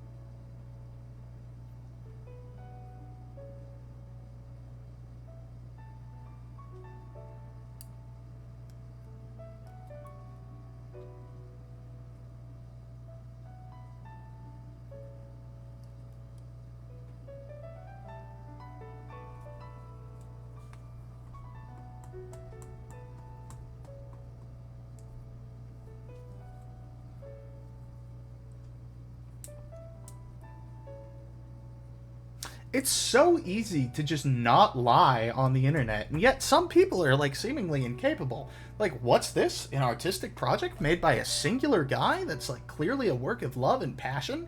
I must lie about it and try to drag it down as much as possible, because I personally find it to be morally objectionable, but I also understand that it's not actually morally objectionable enough on its own terms, so I have to make shit up to make it look worse. Anyways, back to the liar. This was greeted with a low droning sound that gradually morphed into a haunting ambience. This is the sort of stuff that you'd expect from, like, Silent Hill or some other psychological horror game, not something that advertises itself as a throwback to Wolfenstein or Doom. Here's... Liar. What timestamp was that? 2:39, so we'll put that at what, 2:35? 2:35 blatantly lies about main menu music.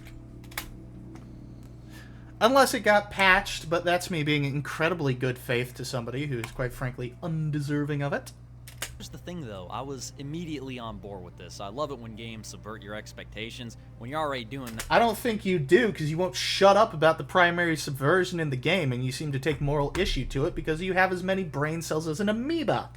From the main fucking menu, you've... I love it when games subvert your expectations. When you're already doing that from the main fucking menu, you've carved out a really easy path straight into my heart. Plus, the menu sounds when you click on things are great. The dude who made this game is Japanese, and I don't mean to bring nationality into this, but the Japanese always seem to do menu sounds better than us. Must be something in the water over there. Oh, yeah. What a nice compliment. I think that's the first nice thing he's said about the game, chat, is the menu sounds. Because of his race.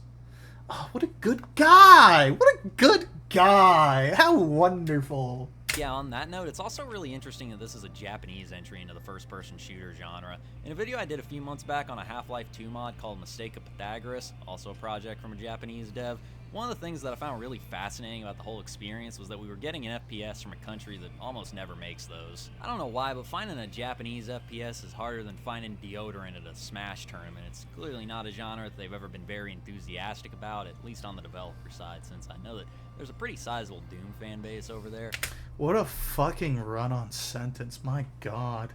This means that when something like the Citadel comes out, it's all the more fascinating because it's bringing a lot of tropes of Japanese game design into an almost entirely Western-dominated genre. Anyway, I thought that part of it... Substantiate that. What tropes? What tropes of Japanese design? Substantiate. Don't just make assertions and then don't delve into them. They bring a lot of Japanese stuff. Anyways, also, he still hasn't gone into what's disturbing about it. He said it's obvious. It should be obvious to you by now, but this game's pretty disturbing. Never substantiated that either.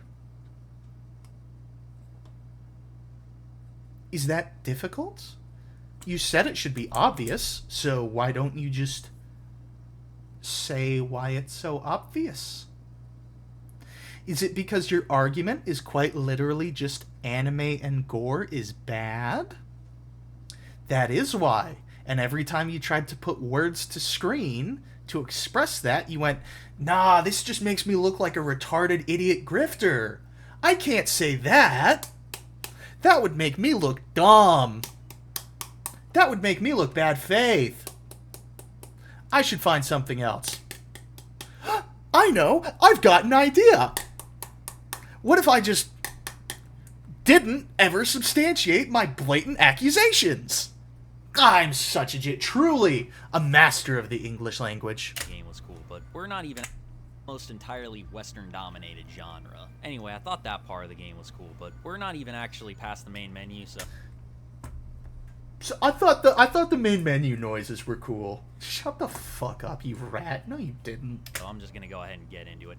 Like many of the games it's inspired by, the narrative of the Citadel is very sparse. It's more present than in Doom or Quake, but is still largely only hinted at, rather than expressed directly. The vague... Okay, does a developer need to hold your hand and explain everything to you? Do you understand enough to comprehend the actions you're taking? Yes. In fact, chat, the narrative of the Citadel is actually quite clear.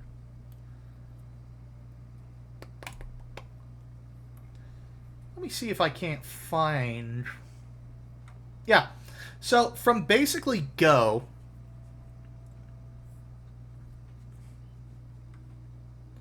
From go, the first message you get, press W to begin your holy journey. Telling you to walk forward. Right? I'm just going to read you the dialogue that happens in order. The next dialogue you encounter: free 7 guardian angels and destroy the sleeping god. Now go, martyr, and prove your faith. That's pretty clear narrative. That's pretty cut and dry. But we'll be good faith. You know, maybe our little buddy here got his soft spot used as an ashtray when he was very small. So next, from Lysander. Welcome, Martyr. We summoned you because you are the best and only asset I can rely on. We expect you to take control of the situation. You already confronted some of your sisters and brethren, I presume. They are enlightened. To put it simply, they are under control of the sleeping god. Destroy the sleeping god. Make them free. Take these supplies. They would aid you in your quest. We expect great things from you. Is that narrative too sparse for you?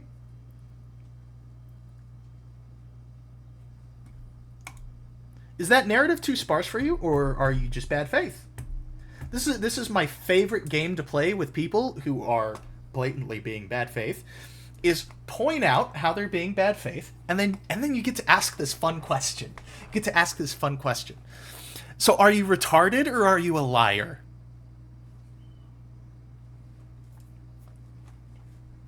setup Doom or Quake, but is still largely only hinted at, rather than expressed directly. The vague setup is that the game is set some point in the far future. Humanity is devoted to several different gods who all...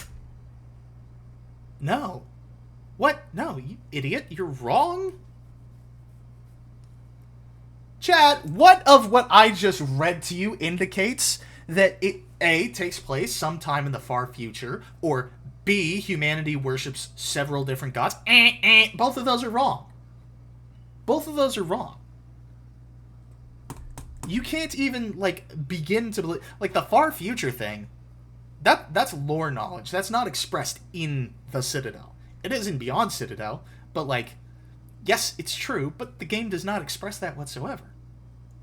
Point B, point number 2, humanity worships several different gods. The only god that is expressly mentioned in the Citadel is the sleeping god.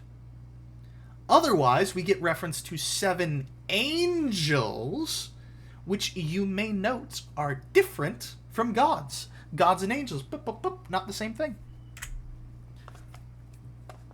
Let's let him continue. Is that the game is set some point in the far future. Humanity is devoted to several different gods who all function in service to one overarching god. There was some kind of catastrophe, something like a rapture-style event, I guess, or some kind of holy war, which drove... you made... If you're going to talk about the story, you could at least do the research so that you're saying true things about the story. Oh, that's going in the notes. What the fuck am I doing? Starts talking about story. Very obviously did not pay attention to story, or is a liar. Personally, I think he's a liar, but take away from that what you will. Most of the gods insane and did something to the main god. The main god went into a kind of slumber, while the other gods asserted a tyrannical rule over various sub-realms. That's just wrong!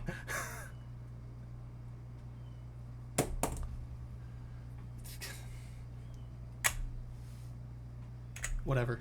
Okay.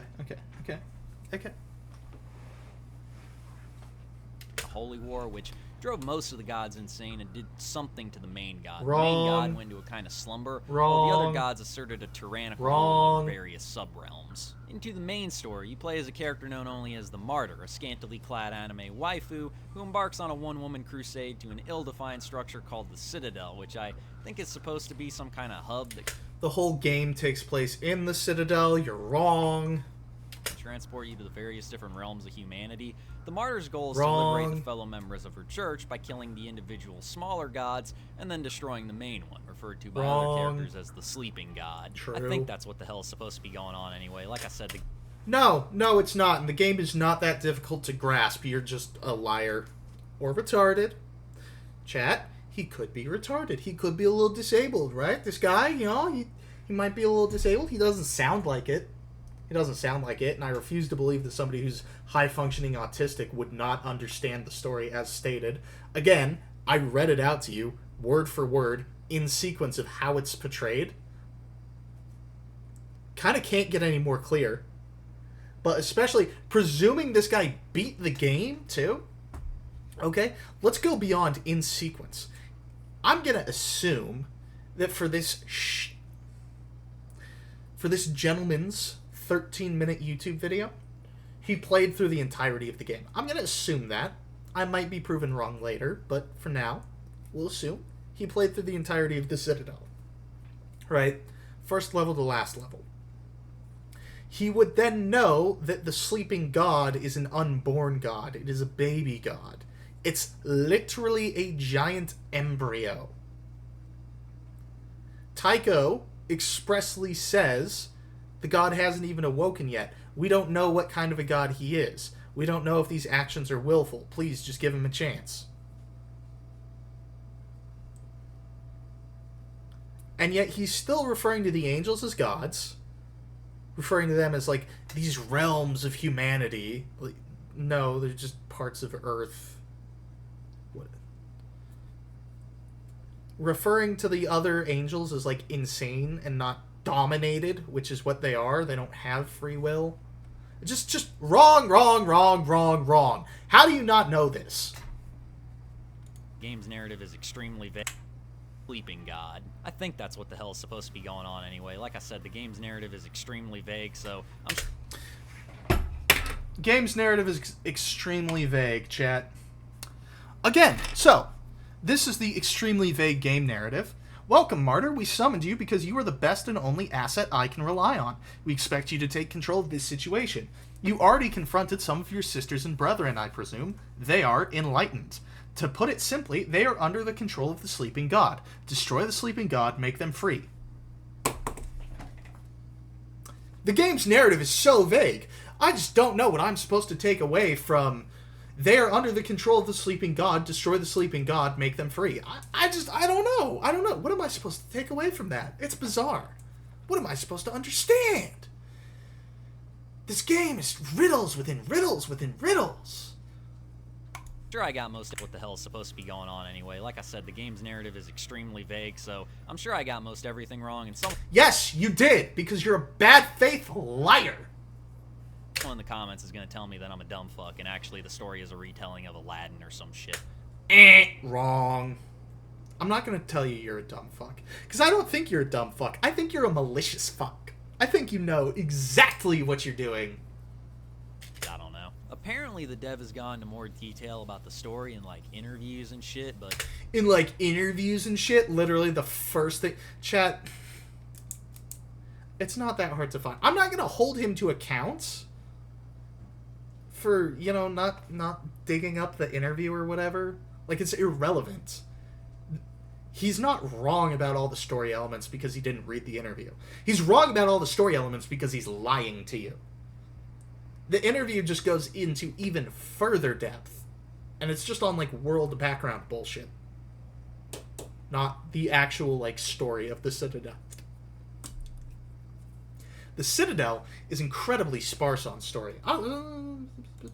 Let's pull up the tool. Where? Let me pull something up for you here, chat. Okay? This is a full timeline of the Citadel that I made for my upcoming project. You will notice the smallest section on this graph are the events of the Citadel. Like, the actual lore events that take place in the Citadel, right here, second from the right, is the least amount of detail. We get more information about the 500,000 preceding years of history than we do about the actual events of the Citadel. The interview he's in reference to is just talking about these 500,000 years. This guy is a rat. Apparently the dev has gone into more detail about the story and like interviews. And I love the way he portrays this. The dev has apparently gone into more detail and like story and interviews and whatever, but like I just couldn't be bothered to dig it up. You know, I'm such a cool guy for not doing research, and if you do research, you're just a fucking nerd. Don't try to Chad yes your way through this. This is sloppy research at best, and willfully and maliciously bad faith at worst. Shut the fuck up. Shit, but I honestly don't feel like trying to go and search for that, and the point of this video... It's not hard to find either, chat. You want to know how you find it?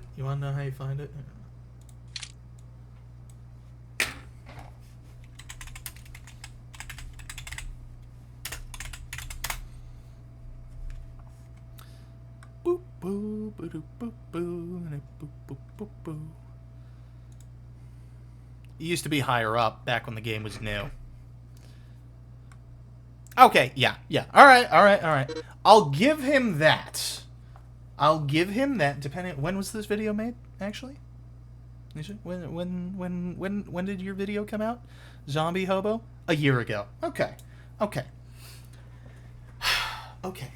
Zombie Hobo, you liar. I will give you that at this point, it's a little bit harder to find the niche gamer interview. That said, what did he say? He said he apparently went into more detail in the videos. What if I just do this? The Citadel game dev interview.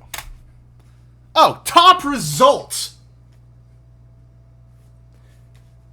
I couldn't be bothered to type in one sentence using all the keywords into Google search to get the top results.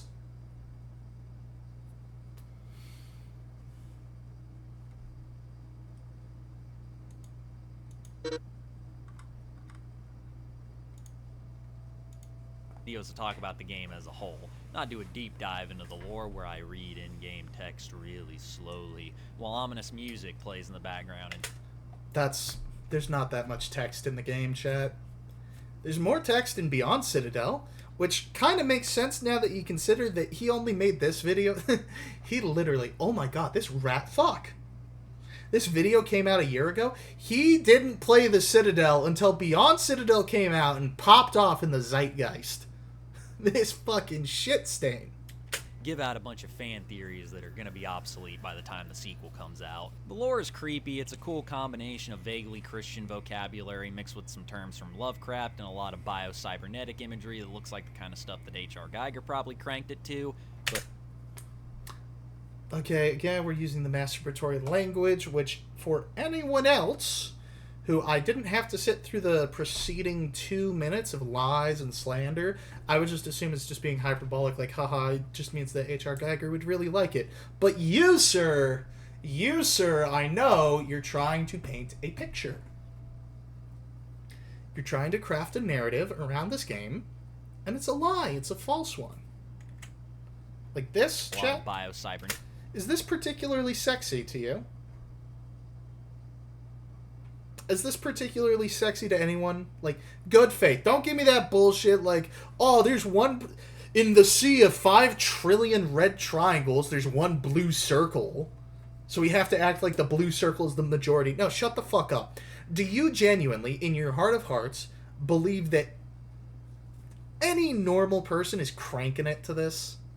No. But this guy wants you to believe that the developer, who's not ashamed of his inflation fetish, who's not ashamed of his unbirth fetish, who's not ashamed of his vor fetish, who's not ashamed of his Shota fetish, who's not ashamed of his lolly fetish, who's not ashamed of his incest fetish, the dev, who's into all those things, but said expressly, I am not into gore, I am not a Goro artist, is cranking it to this? Really? Really? That's what you want me to believe? That's what you lying rat fuck son of a bitch want me to believe. I don't, and I think you're a liar. I'm going to keep calling you a liar because that is what you are. Well, you seem really mad. Yeah, I am. I really care about this game. This is my favorite video game. And people are slandering it, calling it a porn game. It's disgusting, despicable behavior. It's something small, weak, pathetic losers do to feel better about their own lack of achievements in life. Alright?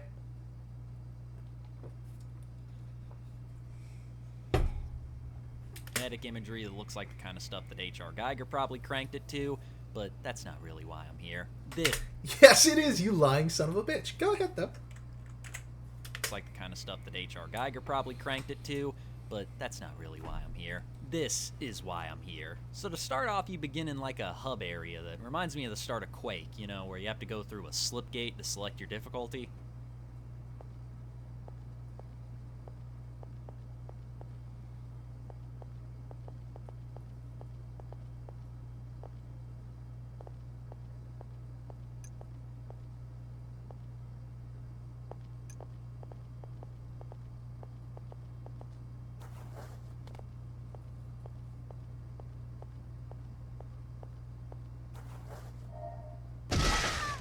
So you're a moron.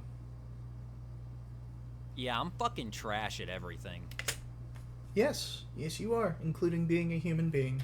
So I figured out how to double jump and selected the normal difficulty, in-game referred to as the path of devotion, though it probably would have been more appropriate for me to pick the path of dumbassery, since that's what I just demonstrated. Once in the game, it's time to get down to business. This is a shooter, which means that from here on out, our currency, bullets, and our product is violence. This game has a lot of violence. Gore and viscera have long been an ever-present quality of the FPS genre, but here that shit is turned up to 11.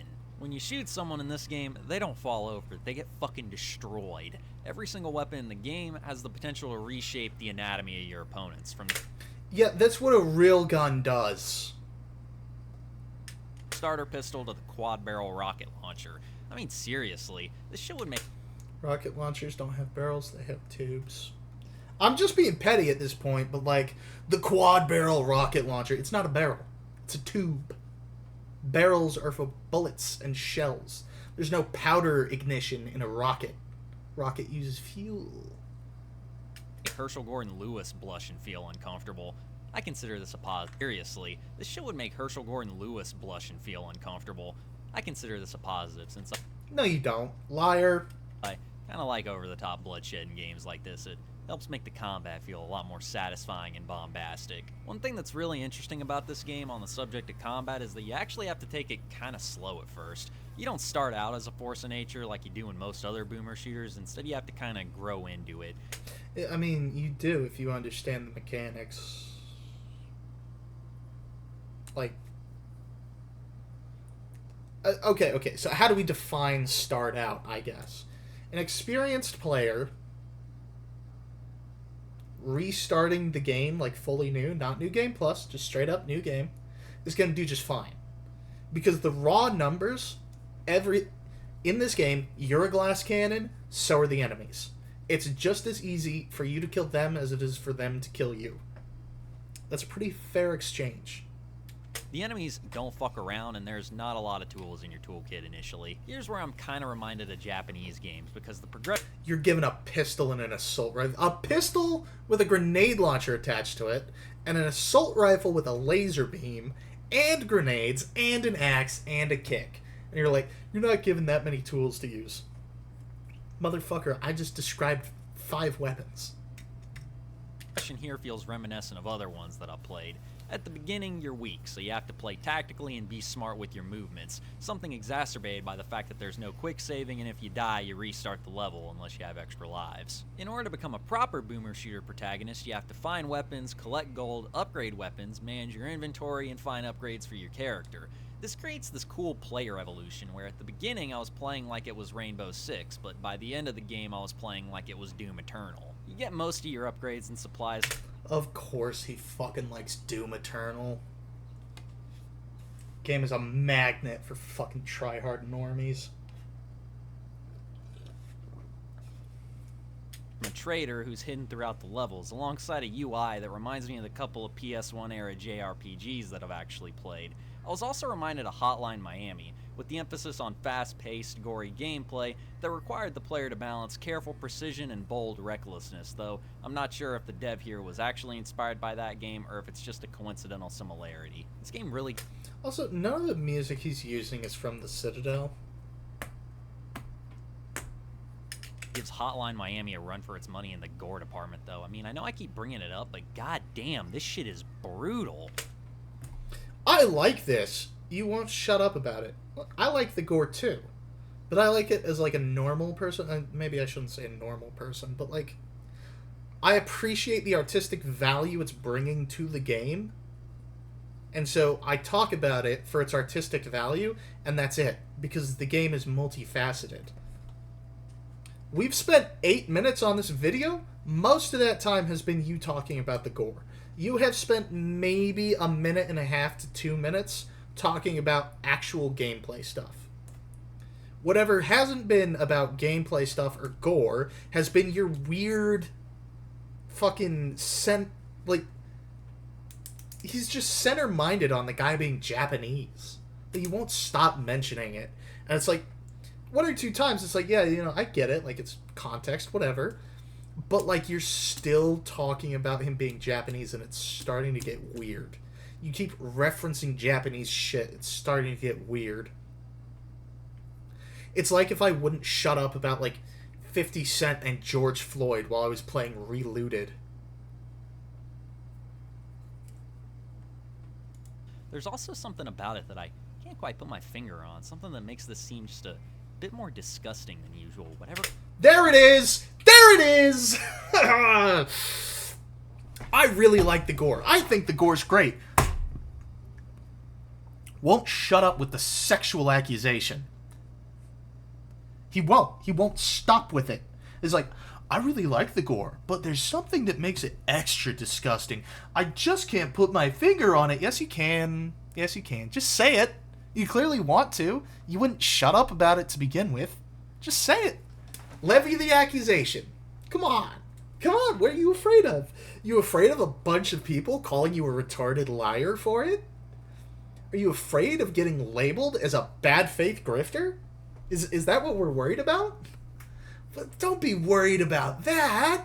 That's what you deserve, because that's what you're doing. If you don't want that label, you shouldn't do these things. Could it be?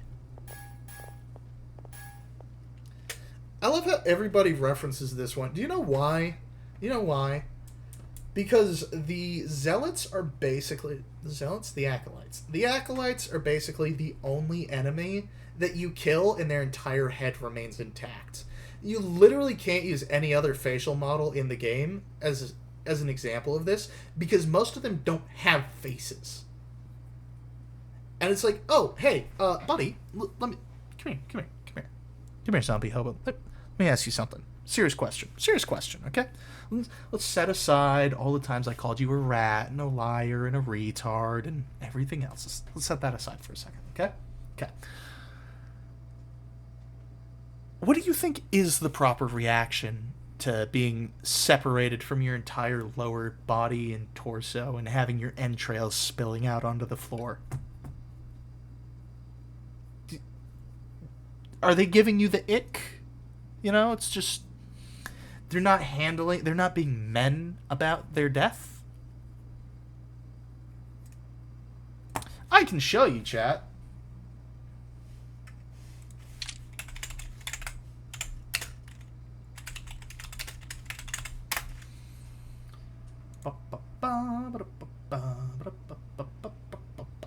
Want to make sure this is all going to be safe for Twitch.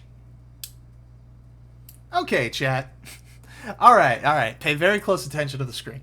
Okay? You tell me if you can see a difference between... Okay? You tell me if you can see a difference, okay? Better 1. Better 2. Better 1. Better 2.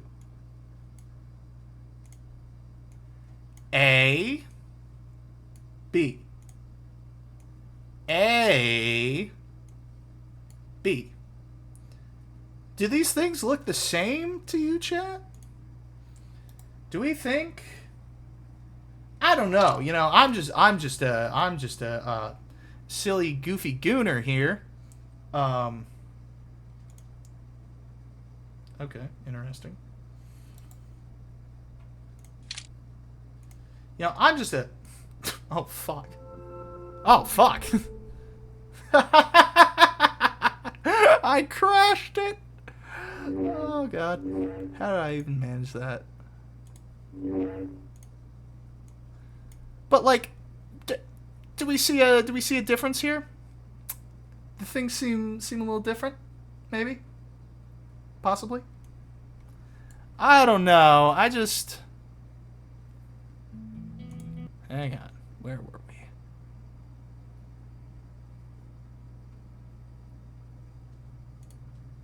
we? E.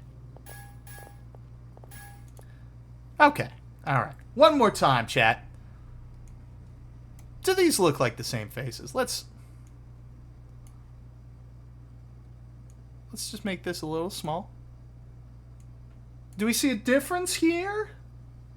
I feel like, ignore the one on the bottom right. That's just a joke. But, like...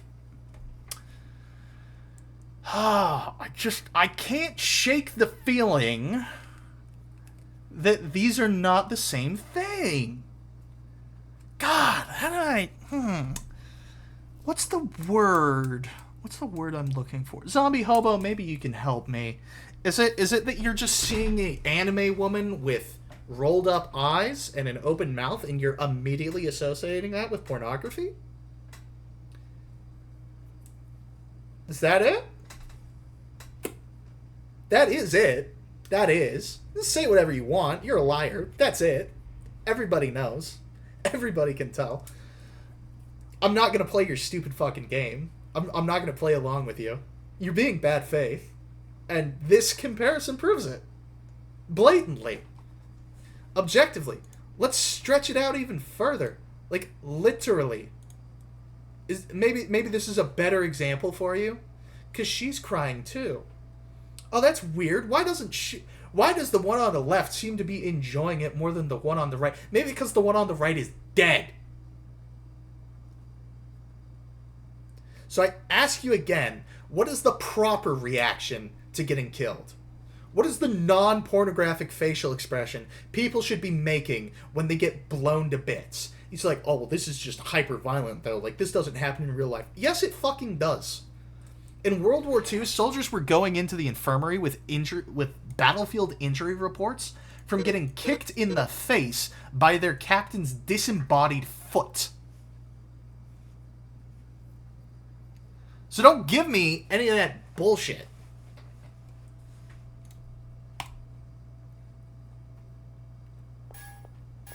Is anyone else getting the impression that some people spank the monkey to this? I think it's kind of weird that that's your takeaway from it. I think that's a bit strange. I don't think that's neurotypical. I would say I don't think you spank the monkey to this. I don't. But I think you do it probably a little too much. If you just see anime and immediately you're just like, that's porn. I don't know. Myself, personally, I don't think all anime is pornographic. You seem to. Interesting. Seems a little bad faith. Admittedly, I'm not intimately familiar with the world of bizarre internet pornography, but I've been online enough in my life to know that there's some people out there who are into some pretty bizarre stuff, especially... Okay. Question. No, not question. I'm going to take your logic to its endpoint, its natural endpoint. Any game that displays armpits, pervert gooner game. Any game that displays uncovered feet, pervert gooner game. Any game that displays uncovered thighs, pervert gooner game. Where else can I stretch this out to? What other weird fucking fetishes are there? The amount of games that an Afghani would consider pornography is basically all of them.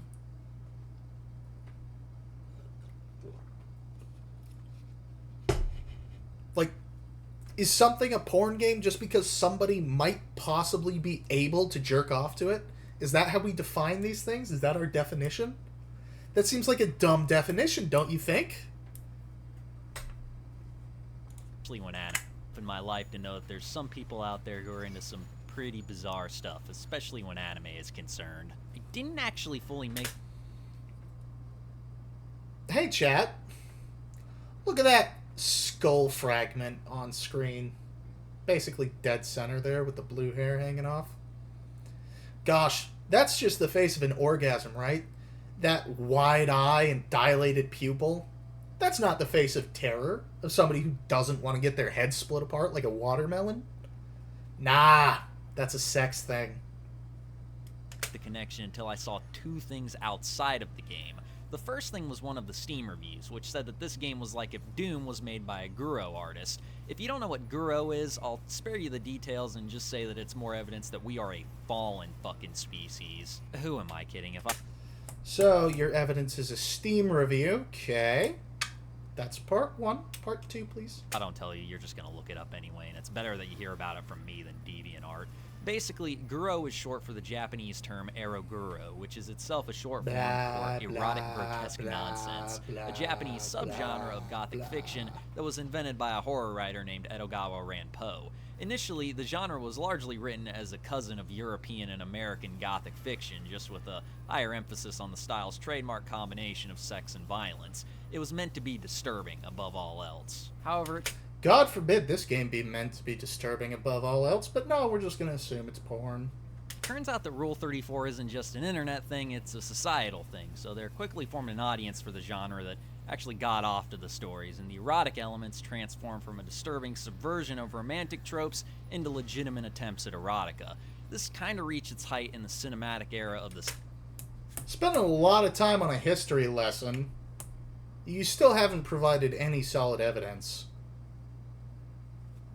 Bear in mind, chat, he said 2 things convinced him that this is a porn game. We're still on the Steam review, the anonymous Steam review that he did not even substantiate with a screenshot, that said this was like Doom was made by a Guro artist. Dumb.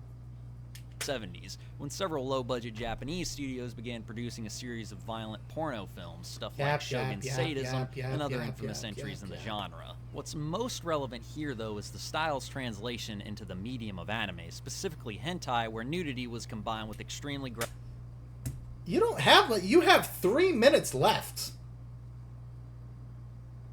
You have 3 minutes left, and you have yet to actually provide any evidence that this is a Guro game, that this is meant to be consumed as pornography.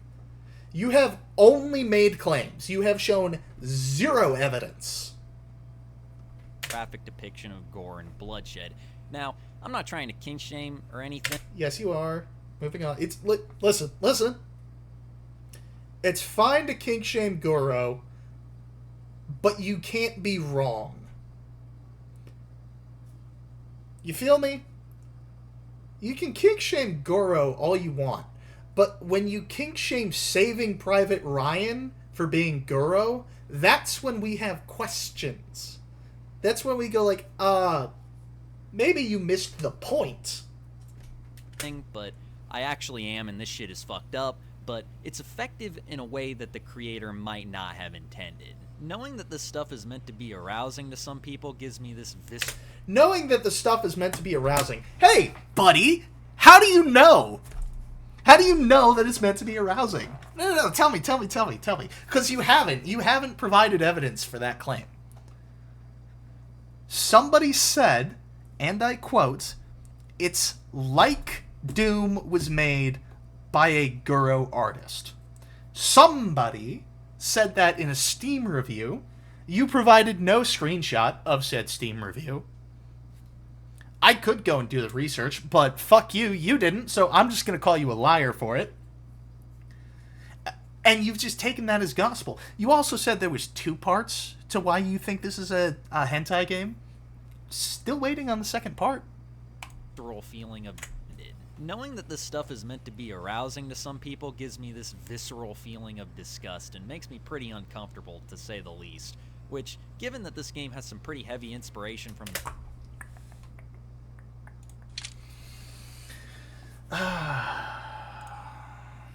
I've got something for this chat. Hang on.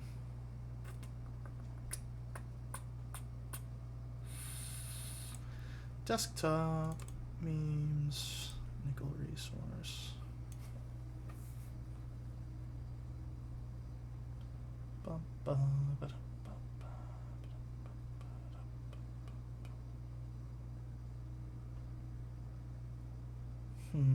No. You know what if we just do this?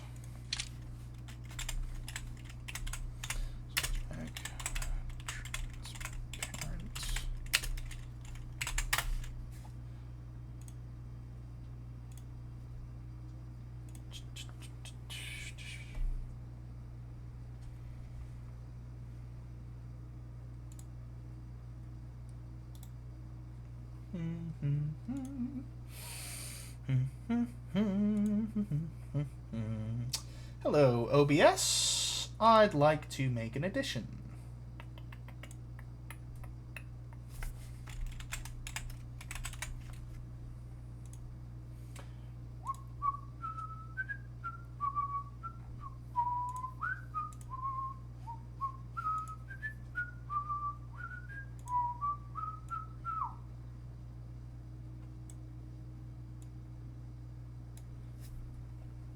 horror genre comfortable, rousing in a way that the creator might not have intended. Knowing that this stuff is meant to be arousing to some people gives me this visceral feeling of disgust and makes me pretty uncomfortable, to say the least.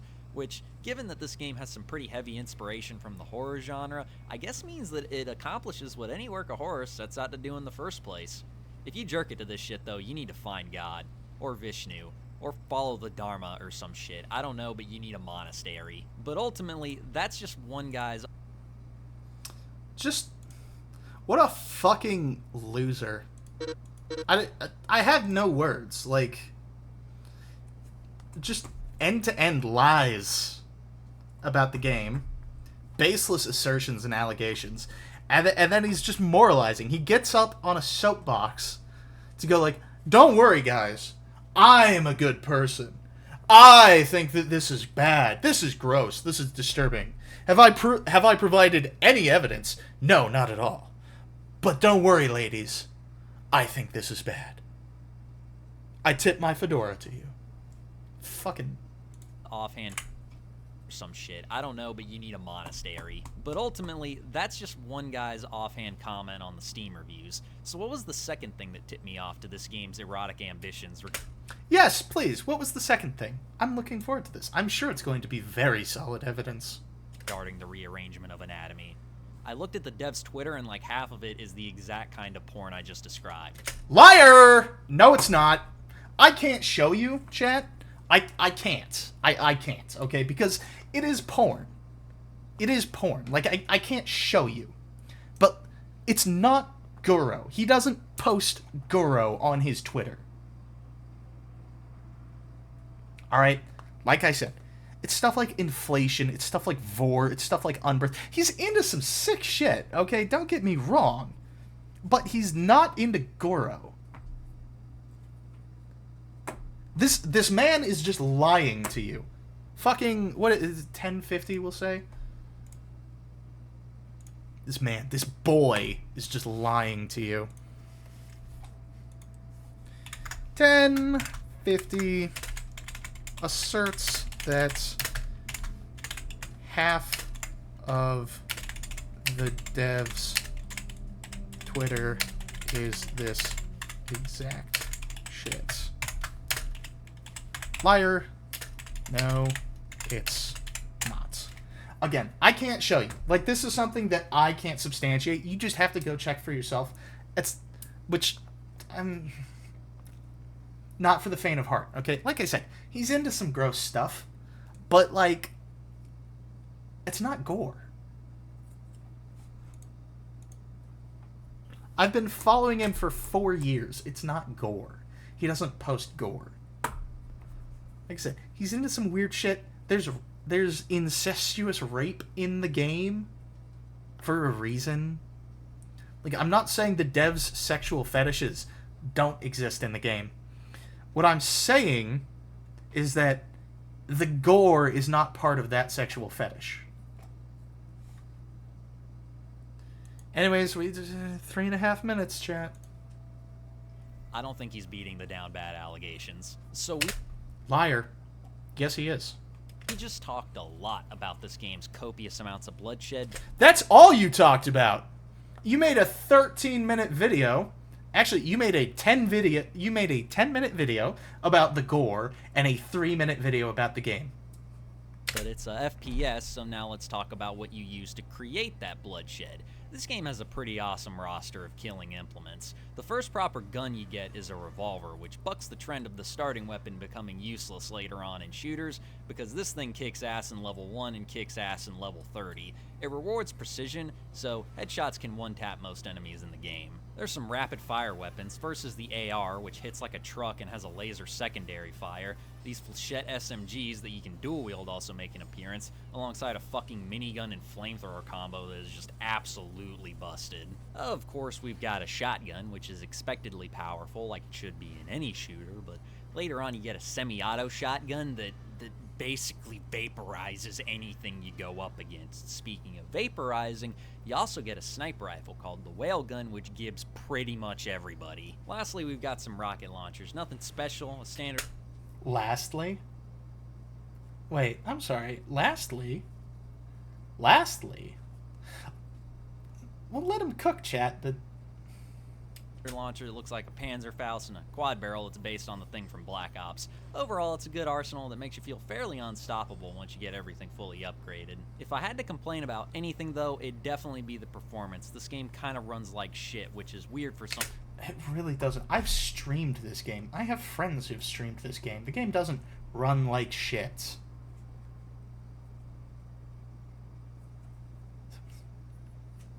Whatever. What's part and parcel for this scumfuck and yet another lie to throw on the pile? Thing that, well, looks like this. The FPS drops constantly and the game crashed several times for me. Adjust your settings to your machine. If the FPS is dropping constantly, your first port of call is not, the game runs like shit, it's unoptimized. Your first port of call is to go into your settings and move it until your game stops running like shit. FPS thing didn't really bother me that much, but the crashing kind of pissed me off, not gonna lie. The dev is currently working on a sequel called Beyond Citadel, so hopefully he can fix this thing for that game. Oh yeah, there's also this kick-ass section where you pilot a mech and rain down hell on anything in front of you. This was probably my personal favorite section. Okay, so some guns he didn't mention, chat. I'm just gonna assume he's not going to in the next minute because he's moved on. Guns not mentioned. The Zeus Cannon. The Redeemer. He didn't talk about the MG. He showed it, but he didn't talk about it, which is a weird decision. He talked about the shock hammer. He talked about the blunderbuss. He talked about the auto rifle. He talked about the meta magnum. He didn't really mention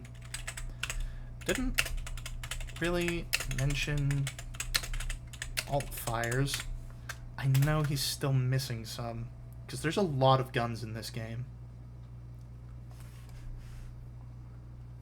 There's more in Beyond Citadel, but just disgraceful. Disgraceful. I challenge. I don't think he actually beat the game. I don't think he played the game all the way through. Another weak point I'd say is the boss fights. They're not terrible, and few of them are actually some pretty cool bullet hell style things, but for the most part they're nothing special gameplay wise. The designs are fairly disturbing though. The Citadel is a pretty short experience overall. I beat it in about 5 hours, and if you're good at video games, like me, then you can probably get through it even quicker. 31 episodes, or levels I meant to say, spread across 7 episodes. If you're a Giga Chad who partakes in the boomer shooting, then I would definitely recommend this game since it's a pretty unique, if somewhat perverted, take on the genre. Now, if you'll excuse me. Again, it's always the little digs, so they just can't shut up about that. Oh, it's perverted. Oh, it's a gooner game. It's never provided any evidence. Never provided any evidence. The only evidence provided was an anonymous Steam review that he did not even show us the screenshot of, and lying about what was on the guy's Twitter. This video is patently, are you lying or are you retarded? I'm gonna go cleanse myself with a horror game that's fucked up in the regular ways.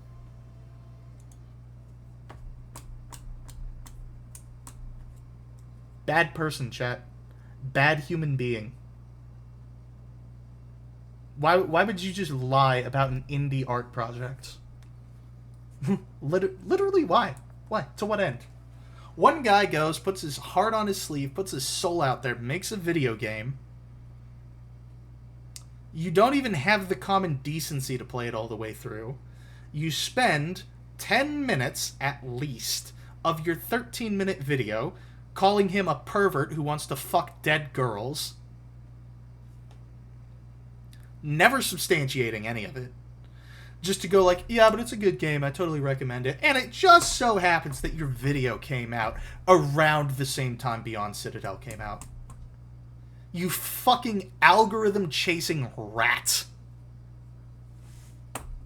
Glad we're done with this video. Terrible video. Zombie hobo. Go hold your breath for 1,000 seconds. Into the video, I just want to say thanks. It means a whole lot. Yeah, fuck you. Good lord. Holy audio balancing, Batman.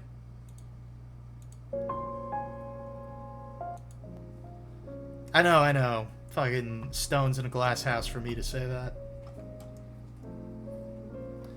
By the way, here it is.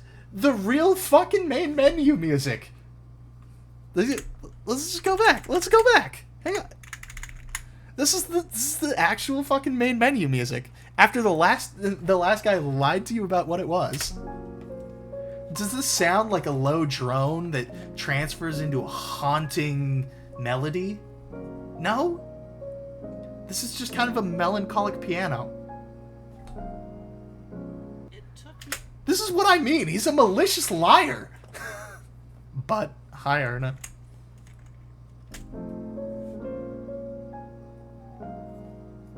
It took me a long time to play the Citadel. While most of the reception to the game was... Okay. Chat. This reminds me a lot of like my very first rough draft for my Citadel video, which I made using the NVIDIA screen record talking into an Xbox 360 headset. Ah, man. I love it. I love it. This is a guy's first video. It's great. I hope he has the right opinions. Positive, there was plenty of negativity surrounding the game's aesthetics, specifically the inclusion of anime waifus as characters in the game's universe, including the fact that when you kill enemies in this game, they explode into bloody chunks, including the decapitated heads of said anime waifus. Some took this inclusion as an indicator that this was a fetish game, and for that reason, I actually stayed away from it. However, And this is what I mean, chat. Like, this is why I was getting so fucking heated at the last guy. Because it genuinely turns people away from the game. And it's a great game. It's heartfelt. It's handcrafted. It's very carefully made. The story's fantastic. The world's fantastic. The gameplay's fantastic. And people are just out here lying about it. And this guy, because of videos like the last guy, this guy didn't play the game for like 3 years because he thought it was a pervert fetish game.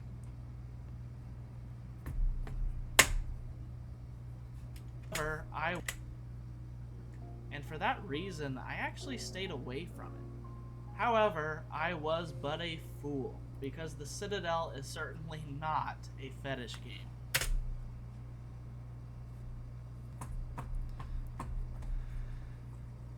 I love how the most scuffed videos, like shit that was made on laptops with headsets, just get it.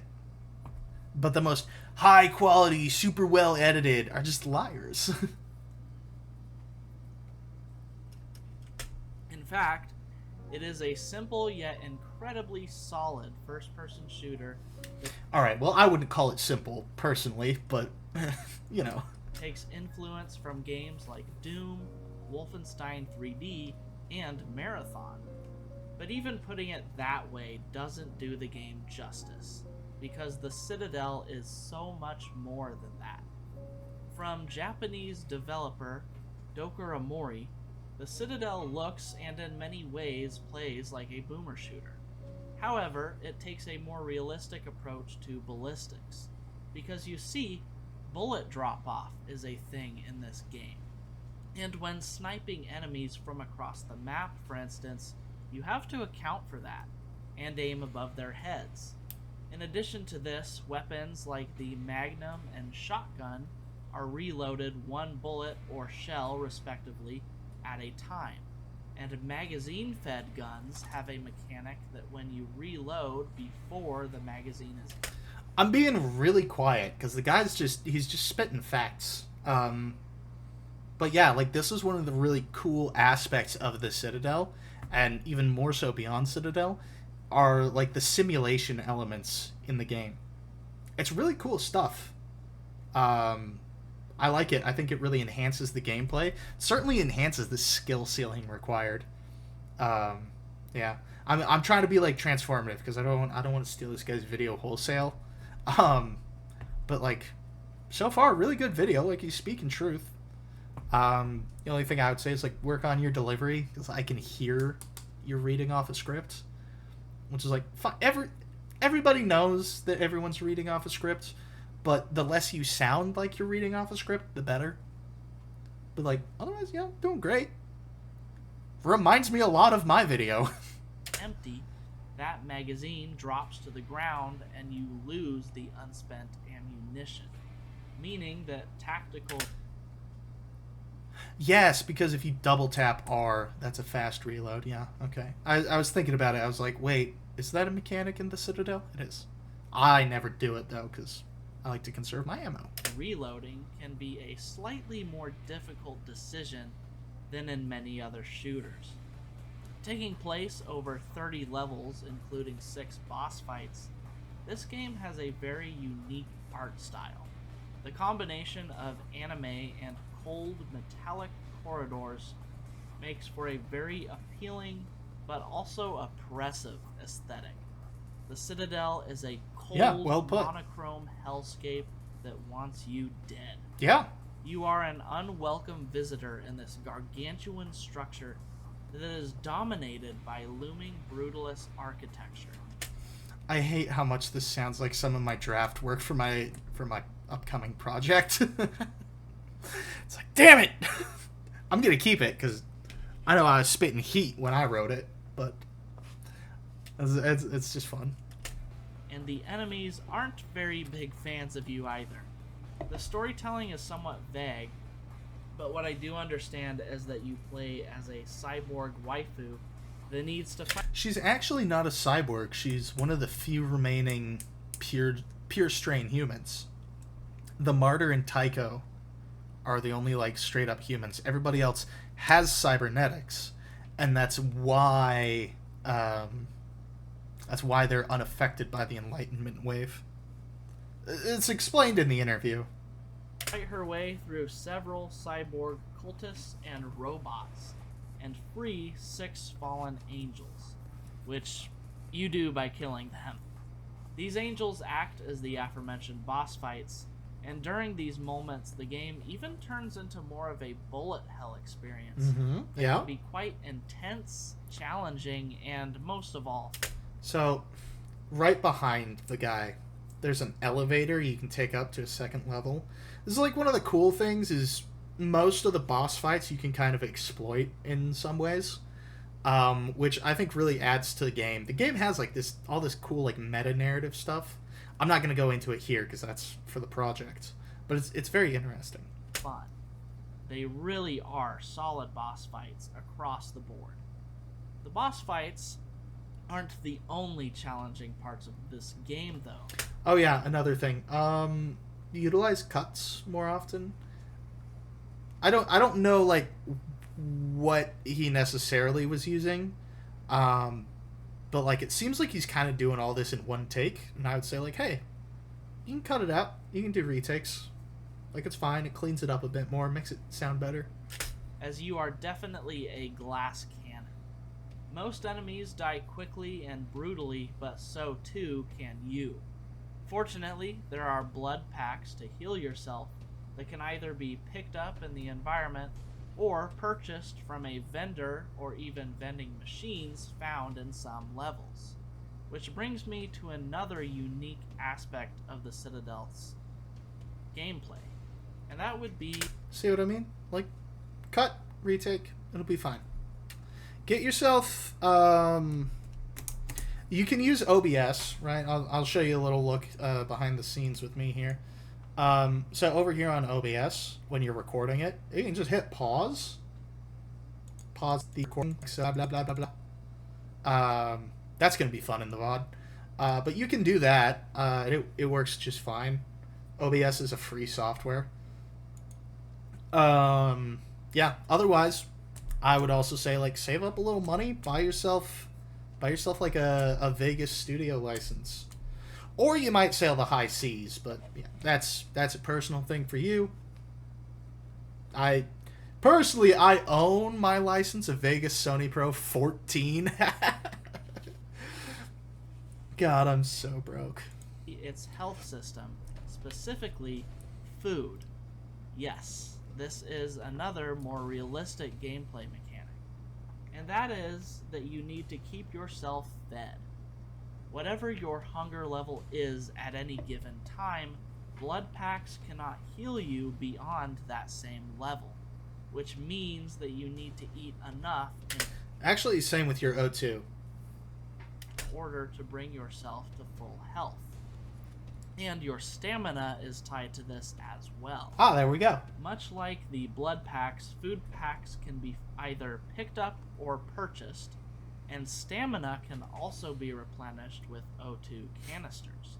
In fact, there is an upgrade that allows you to overdose on O2 canisters, which gives you temporary bullet time. The bullet time is so fucking cool, but there's not many places where it's like usable. But I love the bullet time in this game. Mechanic that I only really used during the later boss fights but I certainly could have used it more often. Combat in this game, by the way, is brutal, violent, and explosive, and the crazy weapons attribute to this by how truly great the shooting feels. To start out, you have an axe that I admittedly... This is hard, chat. This is kind of hard doing like reaction to this stuff because the guy's just speaking facts. It's like I don't really have anything to say. Unironically, we might not watch this video all the way through. We'll give it we'll watch to the 7-minute mark to see if he says anything objectionable. But Devin Boucher here, you should go watch this video. It's a good video. 1.7k views. Let's. Oh, you know what? Also, I never put him into the scripts. I'm just gonna drop this in chat. You guys should go give that video a watch sometime. It's a pretty good video. We're gonna, like I said, we're gonna give it about another minute and a half, but then I'm gonna click off because I just don't have anything to say. Never used. But there's also a Magnum that remains powerful throughout the entire game. The Meta Magnum, especially Fox. if you land headshots. My favorite thing about the Magnum, though, is that it can be upgraded to load rockets. Are the rocket grenades an upgrade? I think they are. Do insane damage and are great. Also, the Meta Magnum's rocket grenade, like this is one of the cool things about the Citadel. The Meta Magnum is like the first gun you get. You get it before you run into any enemies. And it remains powerful and deadly and useful throughout. I've had like bosses and mini bosses and whatever that I fought and took out that I would have been fucked except I had the Meta Magnum. I was out of rockets, I was out of C4, all I had left were my hand grenades and the Meta Magnum.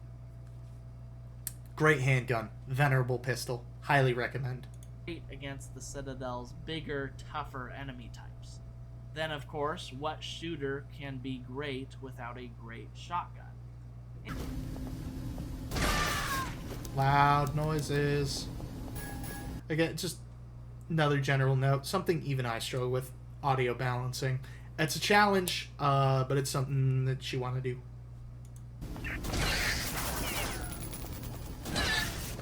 And the Citadel has not just one, but two of these.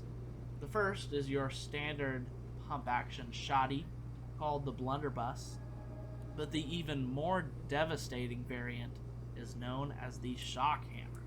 And god damn, this jibbing machine feels amazing to fire.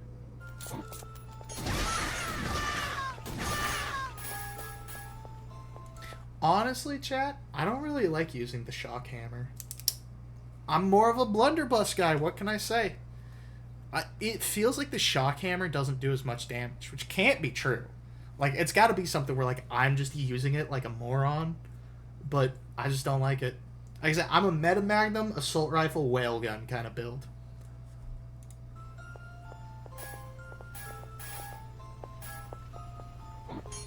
Tink. Boom! Nice.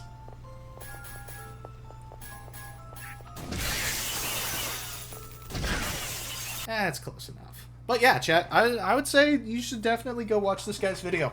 I put the link in chat for you there. Go watch his video, give him a like, show him some love, because this is good stuff. This is good stuff. He's speaking heat. I got no notes. Like, it's just good. He's correct. So you're just saying that because you agree with everything he's saying. Yes.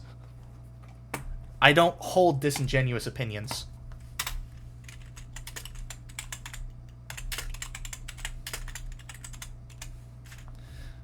We're gonna give him a little comment too.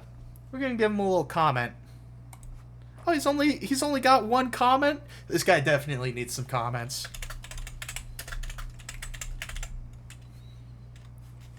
There's no A in video.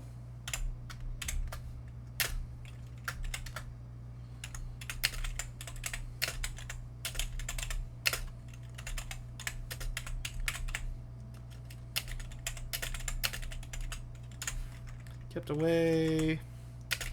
from the game. There's no F in game. From the game for so long. Glad you enjoyed it.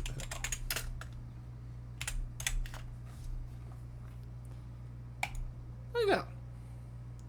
Yeah, he put it out a year ago. So what? It's a good video. Alright, so the next one. This is one of the original videos on the Citadel. I watched this for research for my original video. Excuse me. So, old video. Well, old. Quote unquote, like 6 years old. I do not have fond memories of it. This is like one of the videos that I watched that, like, when I saw this video, I was still like, I kind of watched this guy's channel a little bit, and this made me stop because I was like, we didn't play the same game. It was very assembly aligned to me, but I'll shut up. You can see for yourself.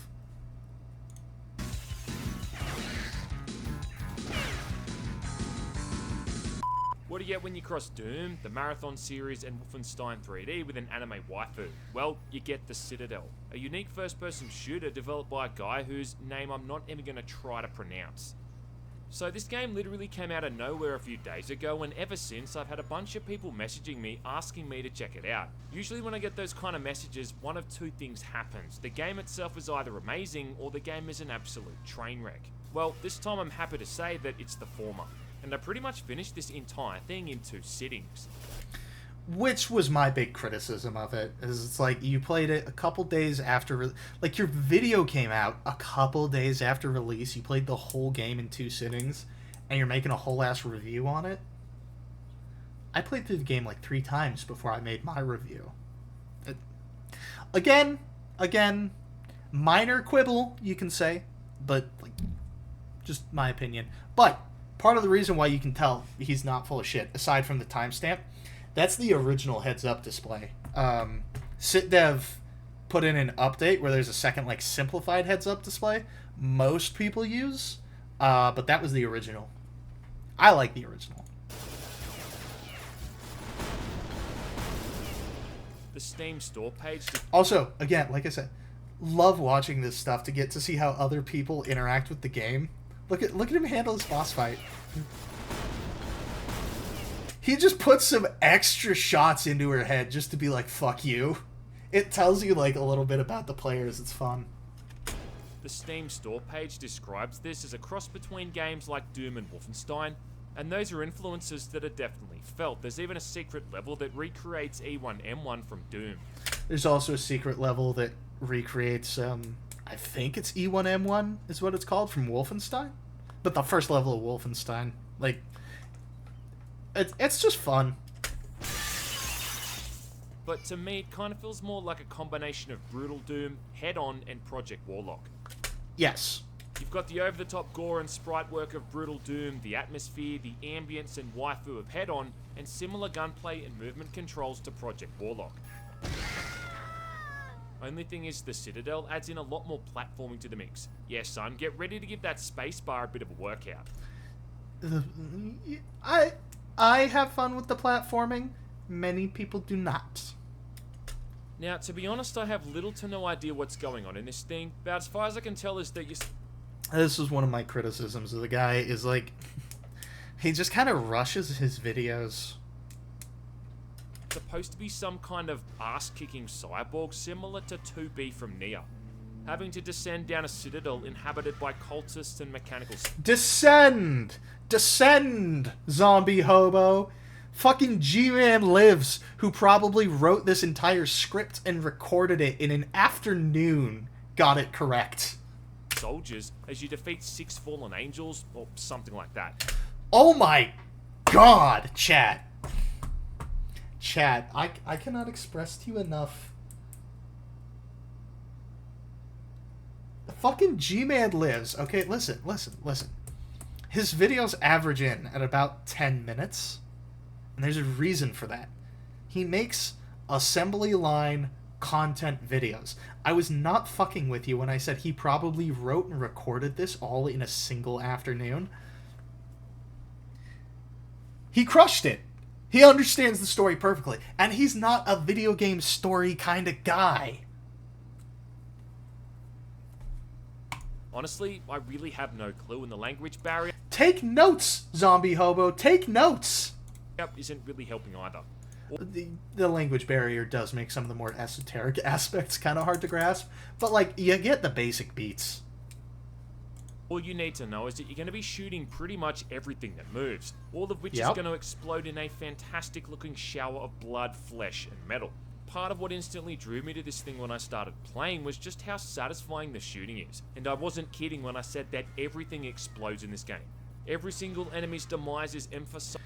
It is one of the really strong suits of the Citadel is how much work and care was put into the guns and the gunplay. Like, the Citadel was very much, it was made by somebody who likes first-person shooters. And it shows, and it's cool.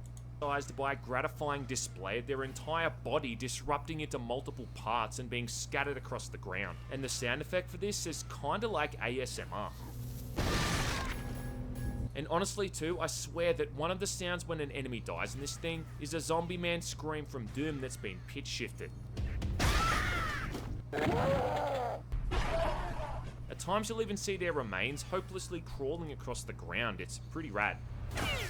To accommodate all of this, you're given some really fun weapons to play around with. Again, just hilarious to see how different people interact.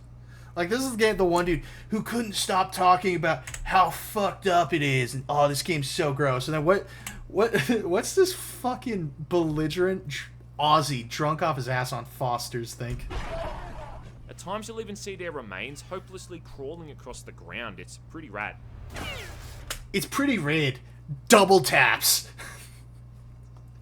Man, alright, yeah. I salute you. To accommodate all of this, you're given some really fun weapons to play around with. Your melee weapon is an axe, which I used all of twice throughout the entire game, but the real starting weapon is the Magnum. Hard-hitting hand cannon that would do Dirty Harry proud. As you're going to learn pretty quickly, headshots in this game do massive damage, and popping all of these... I'm starting to think maybe I was just spurging when I didn't like this video. Because, like, so far it's kind of the same as the last one. I'm just like, I mean, this is all just true. Cultists and grunts in the head with this thing just never gets old.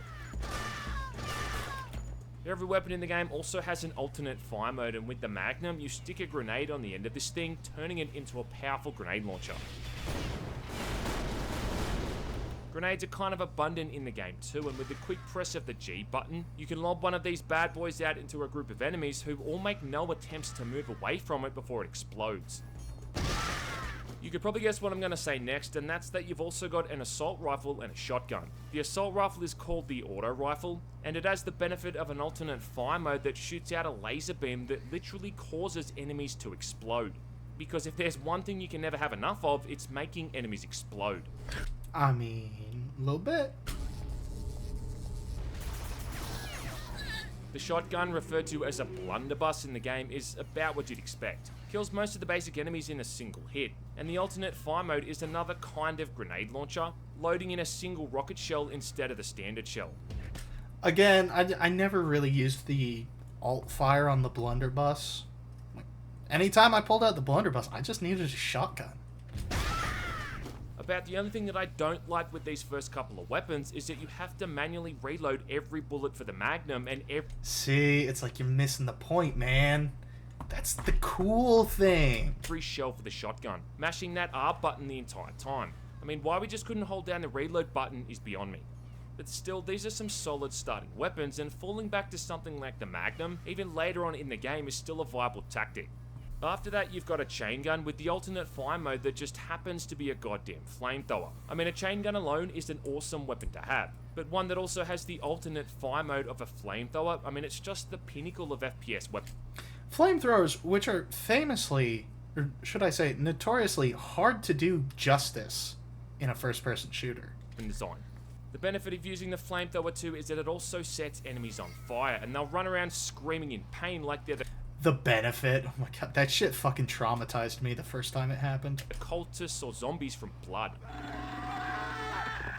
The other automatic weapon is a fast-firing SMG called the Flechette, which can also be dual-welded, but the reload time for this thing, combined with its low damage output, I thought made it one of the less useful weapons The reload time on the Flechette is fucking crazy. It takes like 10 seconds to reload. in the game, which is kind of a shame. I mean, you should be able to tear ass with SMGs, not suck ass. To be expected, there's also a rocket launcher, which kind of reminds me a lot of the one from Return to Castle Wolfenstein. And sitting in the sniper rifle slot is the whale gun. Yeah, son, the whale gun. A weapon designed to be used against your mum. Definitely fucking destroys everything it hits though, and it also highlights the game's ballistic system.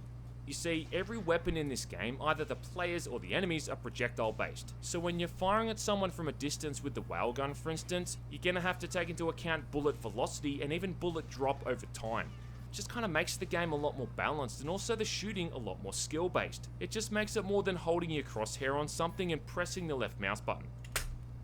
Which I love. I love that. It's I don't know, like, one of the primary barriers for me with like other FPS games is I get fucking bored. Like stuff like Doom 64, you know, just like actual old FPS games. Like, I get bored and I run into challenges, and because I'm already bored with the game, I just go like, I'll just quit and come back to it later. And then I usually don't.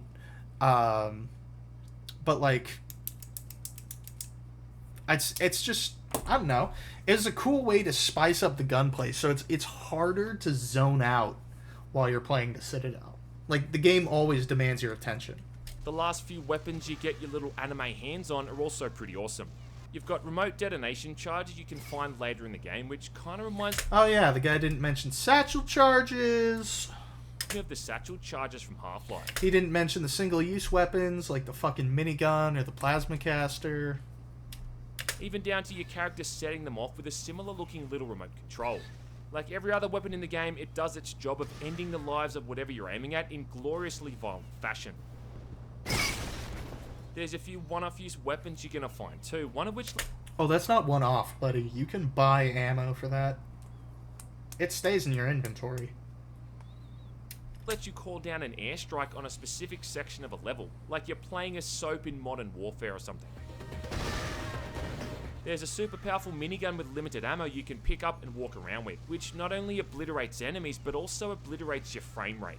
Along with the minigun, True. there's a hyper cannon, which looks a lot like the plasma gun from Doom 64, shooting out some very similar looking projectiles. And the Vin Diesel gun, which is just a fancy name for a flamethrower, just behaves exactly the same as the alternate fire mode. I don't think I've ever actually picked up that gun. Crazy. For the chain gun. What I think is also one of the most interesting elements to the game is that you've kind of got this survival mechanic as well. At the bottom of the screen you can see you've got 3 bars, right? You've got your health, air supply, which is kind of like stamina, and then your food meter. You use blood packs to recover your health, you suck back on air canisters to replenish your air supply, and obviously chow down on food to stave off hunger. Hunger's going to decide how much health and air you've got too, so you're going to want to keep this chick stuffed with food the entire time. There's even an upgrade where you can overdose on air canisters to give yourself slow. Alright, chat. I'm gonna be right back. I'm drinking a lot of water. You feel? You feel me, Dan? Returned. Okay. As we were. Motion for a few seconds. I mean, with all the other mechanics this guy's managed to cram into this thing, he also found some room for bullet time. It actually works pretty well too, and if nothing else, it just kind of lets you appreciate how good this thing looks when enemies explode upon death. Just kind of makes me wish this was an option you could toggle on or off at a whim. It also kind of ties into the game's currency system. Throughout the levels and as you're killing enemies, you're picking up gold, which can then be spent on extra ammo or even weapon upgrades from this cute little vendor who somehow happens to always know where you are and pop up in the most remote locations. Upgrade the whale gun so it's got a better zoom distance. Upgrade the rocket launcher so it can fire 4 rockets before needing to reload instead of 1. It's actually a completely separate weapon, but whatever. Give the auto rifle a red dot sight or a burst fire mode. You can even upgrade the shotgun and turn it into an auto shotgun called the shock hammer. You know what's better than a normal shotgun? Yeah, an automatic. Again, chat, let me just so you can compare time. 1439, 1339. With an extra 60 seconds, G-Man has talked about, like, all of the game. Whereas fucking Zombie Hobo just talked about gore. His entire video was just gore.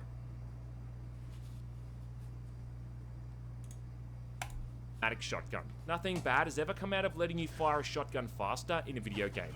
Nothing. If that ain't enough, you've also got a double jump move. You can sprint and press Q, and you can even kick enemies, stunning them or just booting them off ledges to what I assume is going to be their horrific death several thousand stories below. It all combines to make the Citadel a pretty unique shooter. A lot of these kind of throwback shooters often just try to capture the look and feel of those old games without trying to add anything new to the formula. Why did I hate this video? The only thing I can remember is that he made the complaint about the textures, which bothered me then, and it still bothers me. But, like, other than that, this is all just true. He's just spitting straight heat. But that's not something that the Citadel falls into. At a glance, it does just kind of look like it could be a Doom mod, but when you start playing it and pick up on all the little mechanics that have been added in, you'll start to see that it's really in a league of its own. You could be forgiven though for thinking that it is a Doom mod, and in fact when I first saw screenshots of it, I'd have sworn that it was. But instead the Citadel runs on the Unreal Engine 4. Not that that really means anything though, considering it could have pulled off the same visuals on pretty much any other current engine, or even any old engine for that matter. Level design features lots of verticality, not to mention a whole bunch of platforming to make it a lot more than just running. I don't have anything to say. Like, fucking... Damn.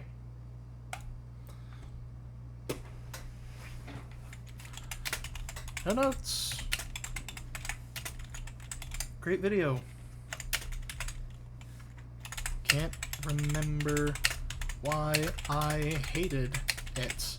Like, I feel like I shouldn't keep watching it. Like, I've made it 8 minutes in and I'm having to try to have things to say.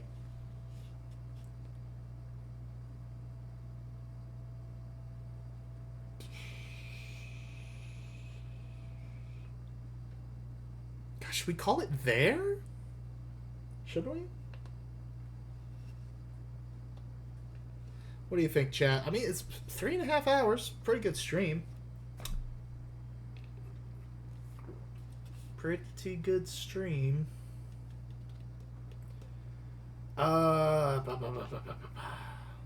Probably. I don't know. I think we should. I think we should. I think we should call stream there, chat. You know, it's almost 6 o'clock. We've been doing this all day. Well, I mean 3.5 hours, but all day. So I think we're gonna call stream there. But thank you so much for dropping by and joining me.